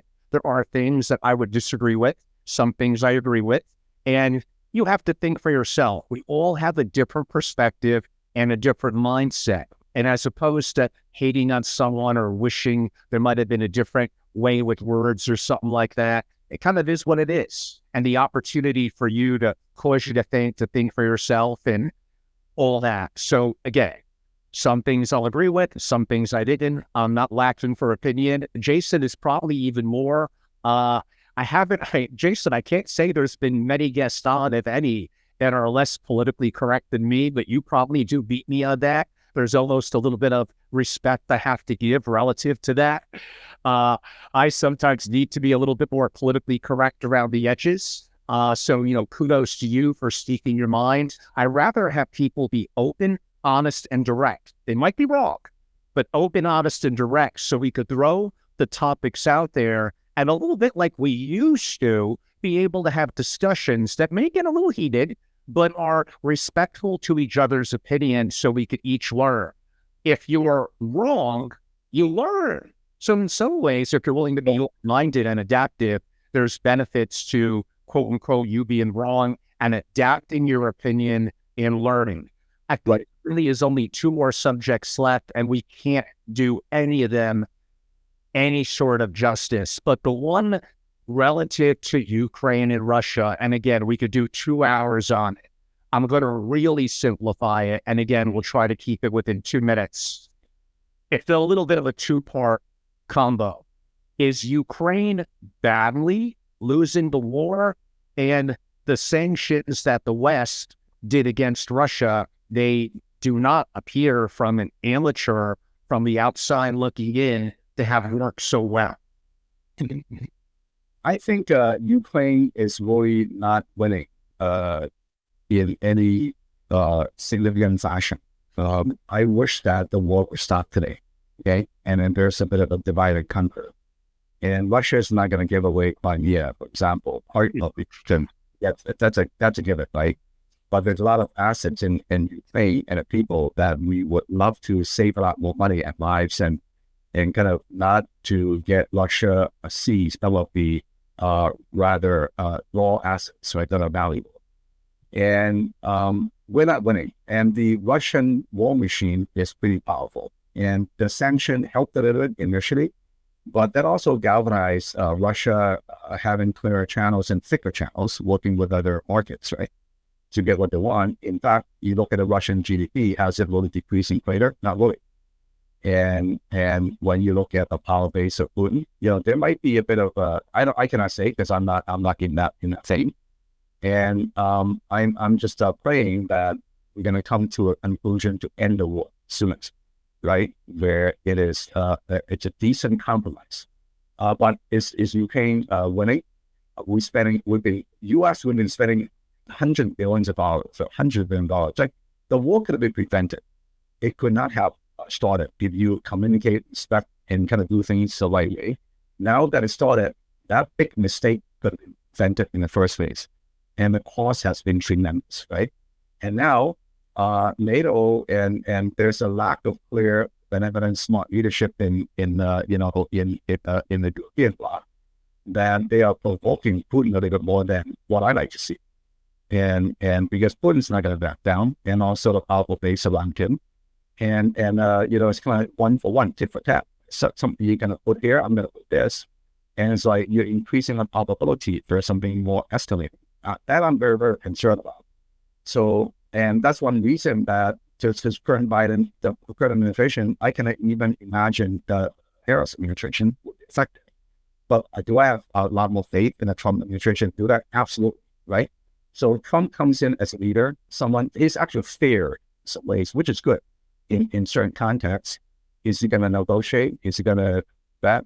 He actually, so that's something that we have to place bets. So very complicated. To me, this is also fascinating. I'm effectively an amateur. What they say about Joe Rogan, I think would apply to me, not to put myself in Joe Rogan's class. He's 1,000 times more popular, and I think Joe Rogan is awesome. But effectively, we're seekers. One subject where, yes, I'm more than that. I guess you could argue a thought leader when it comes to the narrow confines of single-family offices and best practices in a single-family office. Then, yes, I will get my cowboy hat about 10 feet away and I will throw it into the ring. And still, I want to be treated as a white belt who has a lot to learn. Right. But in a lot of these subjects, they interrelate to family offices, and I'm intrigued by them. But I consider myself an amateur that is a seeker, that is curious, that asks questions, and is trying to know the truth. And a truth that, depending on conditions and timeline, adapts and changes. It is ever so hard. So I'm so fortunate to have guests like Jason Ma and others on. The joke that I give, because they're often highly paid consultants, is I'm getting hours of their time for free. You guys are teaching me for free. I greatly appreciate it. As we're heading to the home stretch, we are going to have to cover in probably 3 minutes, and I need to have somewhat of a hook here, Israel, Hamas, Iran.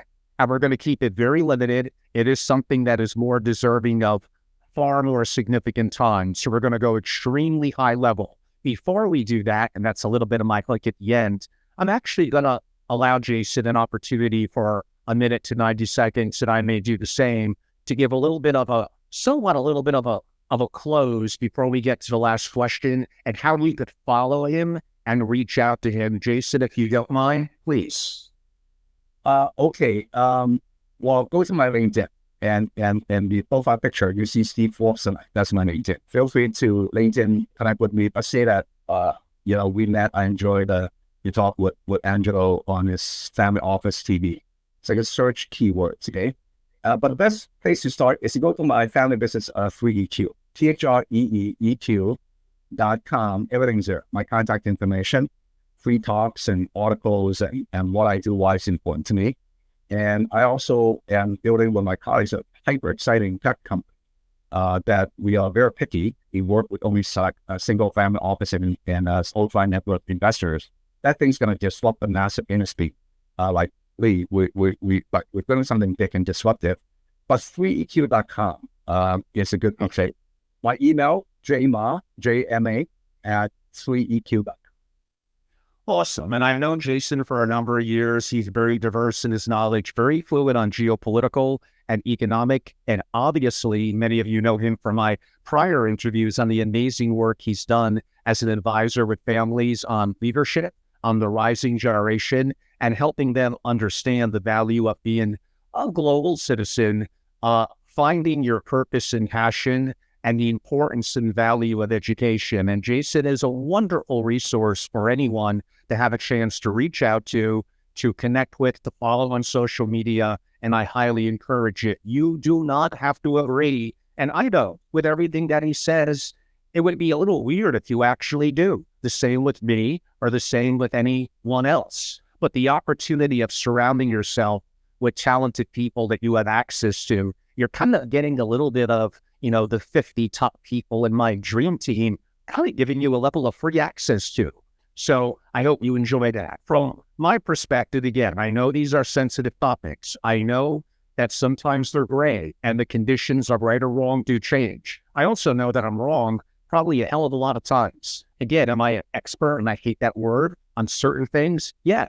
A single family office and best practices in a single family office. And everything else, and even that, I'm a seeker, I'm curious, and I'm trying to have better questions to help get me answers to things that I'm actually curious about that are important. You can learn more about it at angelorobles.com, where I do have active masterclasses and consultancy from a global perspective, and my private membership group at SFO Continuity, which for now is going to be limited to only 30 founding members for incredible proprietary resources, insight, connectivity, and in-person dozens and dozens of programming. So I hope you have an opportunity to enjoy it. I'm not afraid to tackle subjects that are more sensitive than what most everyone looks to cover within the family office community. And if you really want to be a global family, if you really want continuity and that true wealth preservation, it's deeper than just investing, although investing is a very, very important part that actually some people don't respect and understand enough. But the opportunity for culture, for governance, for everything that relates to family offices, and the impact the families could have on the world, a positive impact, are all things that are very, very important to me. I'm sure that Jason and to others in the community as well. So having these open discussions that are not vanilla, that are not plain and down the middle, that are not only regurgitating the same subjects in short form with no context and no depth over and over and over. And sure, I don't need a million people to love me. I need people to say, hey, that dude, I may not even like him, but I think he's putting out some interesting content and doing valuable things that I think I could learn from. I mean, come on, even members of my family say that I'm not really that likable. I already know that.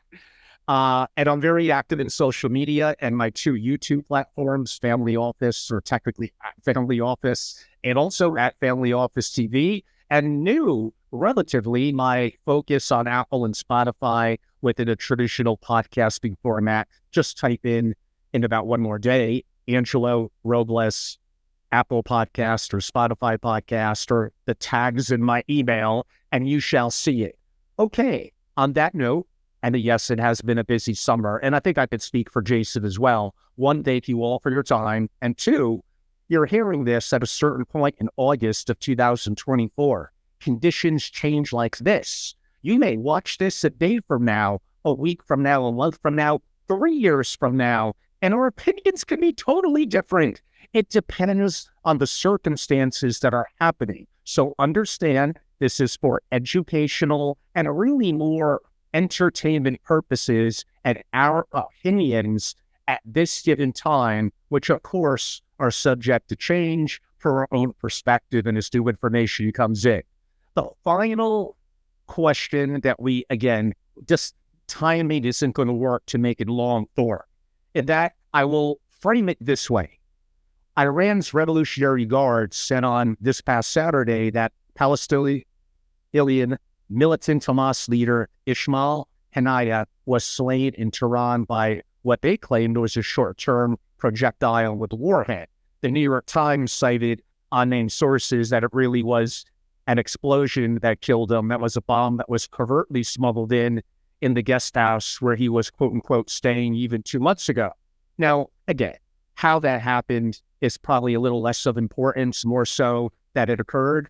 We have grave challenges and very sad. Anytime there's innocent people dying and children, it's terrible. As a parent, nothing could be ever worse than that. And it does make me have empathy and make my heart bleed. This is a very, very complex scenario that we're trying to cover here in 3 or 4 minutes. So I will tie in from a geopolitical perspective, Israel, Hamas, Palestine, and the impact of Iran and possibly forces like China and Russia backing Iran. And how is Israel able to hold up to that? They are losing badly the global PR war. And when I mean badly, I mean badly. What they did in Iran, which was quite a covert operation, that was targeted. I think people could understand that. So, and David Sachs and others have spoken about this as well. We understand the response. We understand that something probably had to be done, but was their response that has escalated the correct response from a global perspective, and could it have been more targeted? A little bit like what we saw this past weekend. Says this is a hot button, Jason. I think I'm going to keep my mouth shut, and I'm giving this one to you. It is so complicated. First of all, Iran, you have to understand Iran, right? And when, let's say you sign a contract, right? You think they're going to honor that? No, they say they're going to think that, no, the contract is done in the Western ethos. I'll sign it, but I may not do it the way that I'll fool you, I'll deceive you, because I have a more important goal in mind, and that is to get rid of Israel as part of my spiritual overall vision and mission, right? And over the years, the resolve of the Iranian regime is just so against Israel, and there's a lot of biblical history. I'm going to skip that with that as well. And I do feel that Israel could have done a little better job rather than say like get to Vietnam on Gaza. They probably could have be a bit more kind of rifle than more shotgun. I have no idea, so I cannot really speak to. That's my opinion, right? And that said, it is important for them to kind of minimize the effect of Hamas, like the Hezbollah and the Houthis in Yemen. Hezbollah is actually more powerful in Lebanon as proxies for Iran. Iran is separated by Iraq and Syria and Jordan, right, to Israel. So it's not easy for them to directly attack. And then the Mediterranean Sea, you got a lot of U.S. carriers, etc. So it's not very easy for Iraq to directly attack Israel. So they have to go through proxies. And by going through proxies, it's less evident, less direct. So easier, it's kind of a derivative, a way to being blamed and all that, right? But you all know who the key players are. And Russia and Iran have a strategic alliance. Same for China. In fact, Iran's been selling a lot of oil to China. Had the Biden administration done a much better job, and that all of that would have been, a lot of those problems in the supply chain side would have been better. Now, Iran actually, and then also kind of the ransom paid and all that, is like they got hundreds, it's not almost, they got hundreds of billions of dollars of cash, and they can create a lot of weapons, a lot of capacity, capabilities to go after the ultimate goal, to wipe off Israel. Here's the thing, if Israel is so integrated, US and vice versa, okay? It's so integrated, it's like one body, separated by geography. And there's a lot of innovation, there's a lot of technology, military that are, let's just say that it's very integrated. So if Israel is wiped out in the Middle East, the world would be a very dark place, okay? So the US and the Western and many other markets out there will be in a very dark place. So that cannot happen. So the US must protect Israel, whatever it takes to make sure. And part of that is really kind of a little biblical, but I'll skip that. So overall, let's hope that the upcoming potential more major war with Iran directly and through Hezbollah there's lots and lots of missiles, lots of weapons already existing in the geography of that. Right?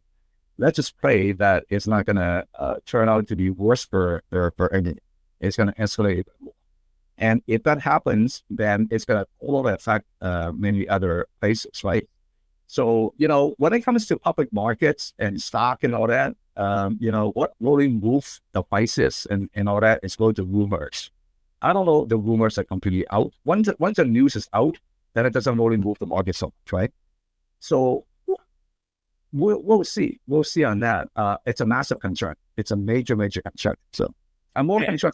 Interplay with Jordan and their real alignments, and more importantly, probably much bigger and more impactful in Jordan longer term, Saudi Arabia. Saudi Arabia is they're very smart, super powerful, right? run by a family business. Come on, a lot of countries. Indeed. Singapore is a family business. Let's face it, okay? And kind of, it's a family business, right? So God is a family business. It's my joke, right? You get your point. It's a family business. So, but Saudi is playing all sides very astutely, okay? And Saudi, for the first time, is not 100% dependent on US dollar when it comes to oil, right? They are also kind of transacting with RMB. But are they for US? Yes. Are they for China? Yes. And are they kind of looking at things in a strategic position? Absolutely. Do they want to get directly involved with the wars? I don't think so. Because the Americans are kind of, are doing that, right? Sometimes I feel that we're kind of overdoing things, and sometimes we're underdoing things. But Saudi would be in the backdrop. It's a very, very powerful case. Now, if Iran is going to go more directly provoke Saudi Arabia. Of course, Yemen has been an issue, and it's a more minor issue, but it's also a concern. One thing people don't talk about, Angelo, is the Gulf or Sea of Hormuz. The little narrow. People don't talk about it. It's amazing. Okay, it's only 40 miles in a narrow path, right? If Iran decides to block it off, of course, you got U.S. Navy assets around there. But Iran decides to block it off, UAE, Qatar, Bahrain, Kuwait is going to crater. They cannot get out. The ships cannot get out, cannot export oil, gas, and all that. Okay, that is actually a critical juncture. If Iran does something to that, the world's going to be a dark place. It's going to affect the global economy more. That's something that people don't talk about. So, wow, no, that was great insight and so true. And this is a very, very complex issue. I wish we could have gave it more time. Man, we are 3 hours and 6 minutes plus. I think this breaks my Adam Robinson. So, Jason, you hold the honor, all my years of having, for now, it might be broken, but for now, the longest, whatever, webcast, podcast, YouTube, whatever you want to call it, definitely live that I've ever done. We kind of did give our close a couple of minutes ago, but if you wanted to have maybe a minute to give a recap, well, that'd be impossible. A parting comment, I'll give that floor to you. I like to end with a more positive note. I think if we do it right with the right regime in place and kind of more empowering, more encouraging, really focus on the regulations, okay, and then fix part of the setup in Washington. Okay, really kind of lift out a lot of the stupid regulations and inject few empowering regulations. That's pro-business, pro-startup, pro-entrepreneurship, pro-investment. Okay, and I keep thinking about A16Z, Ben Horowitz, Martin Andreessen. If the Kamala Biden administration is going to, in fact, they're trying to get through a law that'll tax private holdings increase. Holy crap, that's going to crater the entrepreneurship world, right? Investment world. Don't do that. So, I think that we actually have the opportunity to really revive and leverage on technology, build a greater economy, more productive, build a stronger, smarter military. Then we're going to enjoy another decades and decades and decades, 50 years plus, right, of American dominance, American being number one. So China will always need it too. I will believe that could happen. Okay? But we have to have the right leadership in the White House. So I really want to encourage people to really take care of your next gens, right? I'm one of the resources, inject more empowering, pragmatic, strategic beliefs, and really focus on excellence and merit over victimhood events, like what you mentioned, Angelo, right? Have a more productive mindset. Don't be gaslighted. Pragmatic abundance mindset over scarcity mindset and work mindset. So that's my closing statement. Wow. I mean, come on, 3+ hours of Rolex and Ma. How fortunate, or maybe others feel otherwise, but how dare you? This was great. Like, I really enjoyed it. You're so insightful.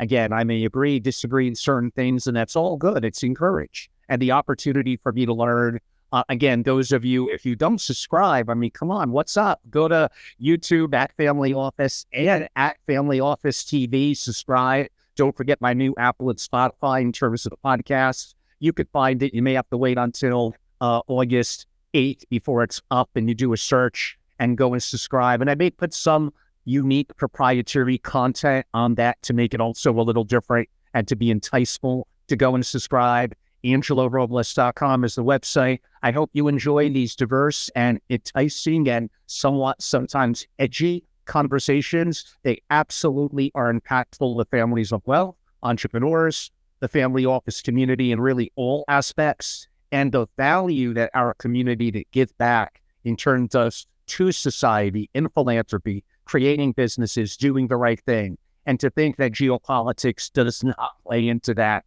is just utterly ridiculous. Like I started off with, I am glad that the surveys of UBS millionaire families and so many others have shown, and this was before a lot of these challenges that have arisen in the last year, that geopolitics was a number one concern and should be, inclusive of, relative to what's the name of my membership organization, SFO, continuity to continuity and family continuity. Thank you all for your time. Thank you so much, Jason Ma. Thank you for the audience. Feel free to reach out to me with feedback. Always looking to get better and always looking to have incredible guests on, open to your suggestions and introductions as well. Thank you so much, Jason. Thank you for all your time. Have a great evening.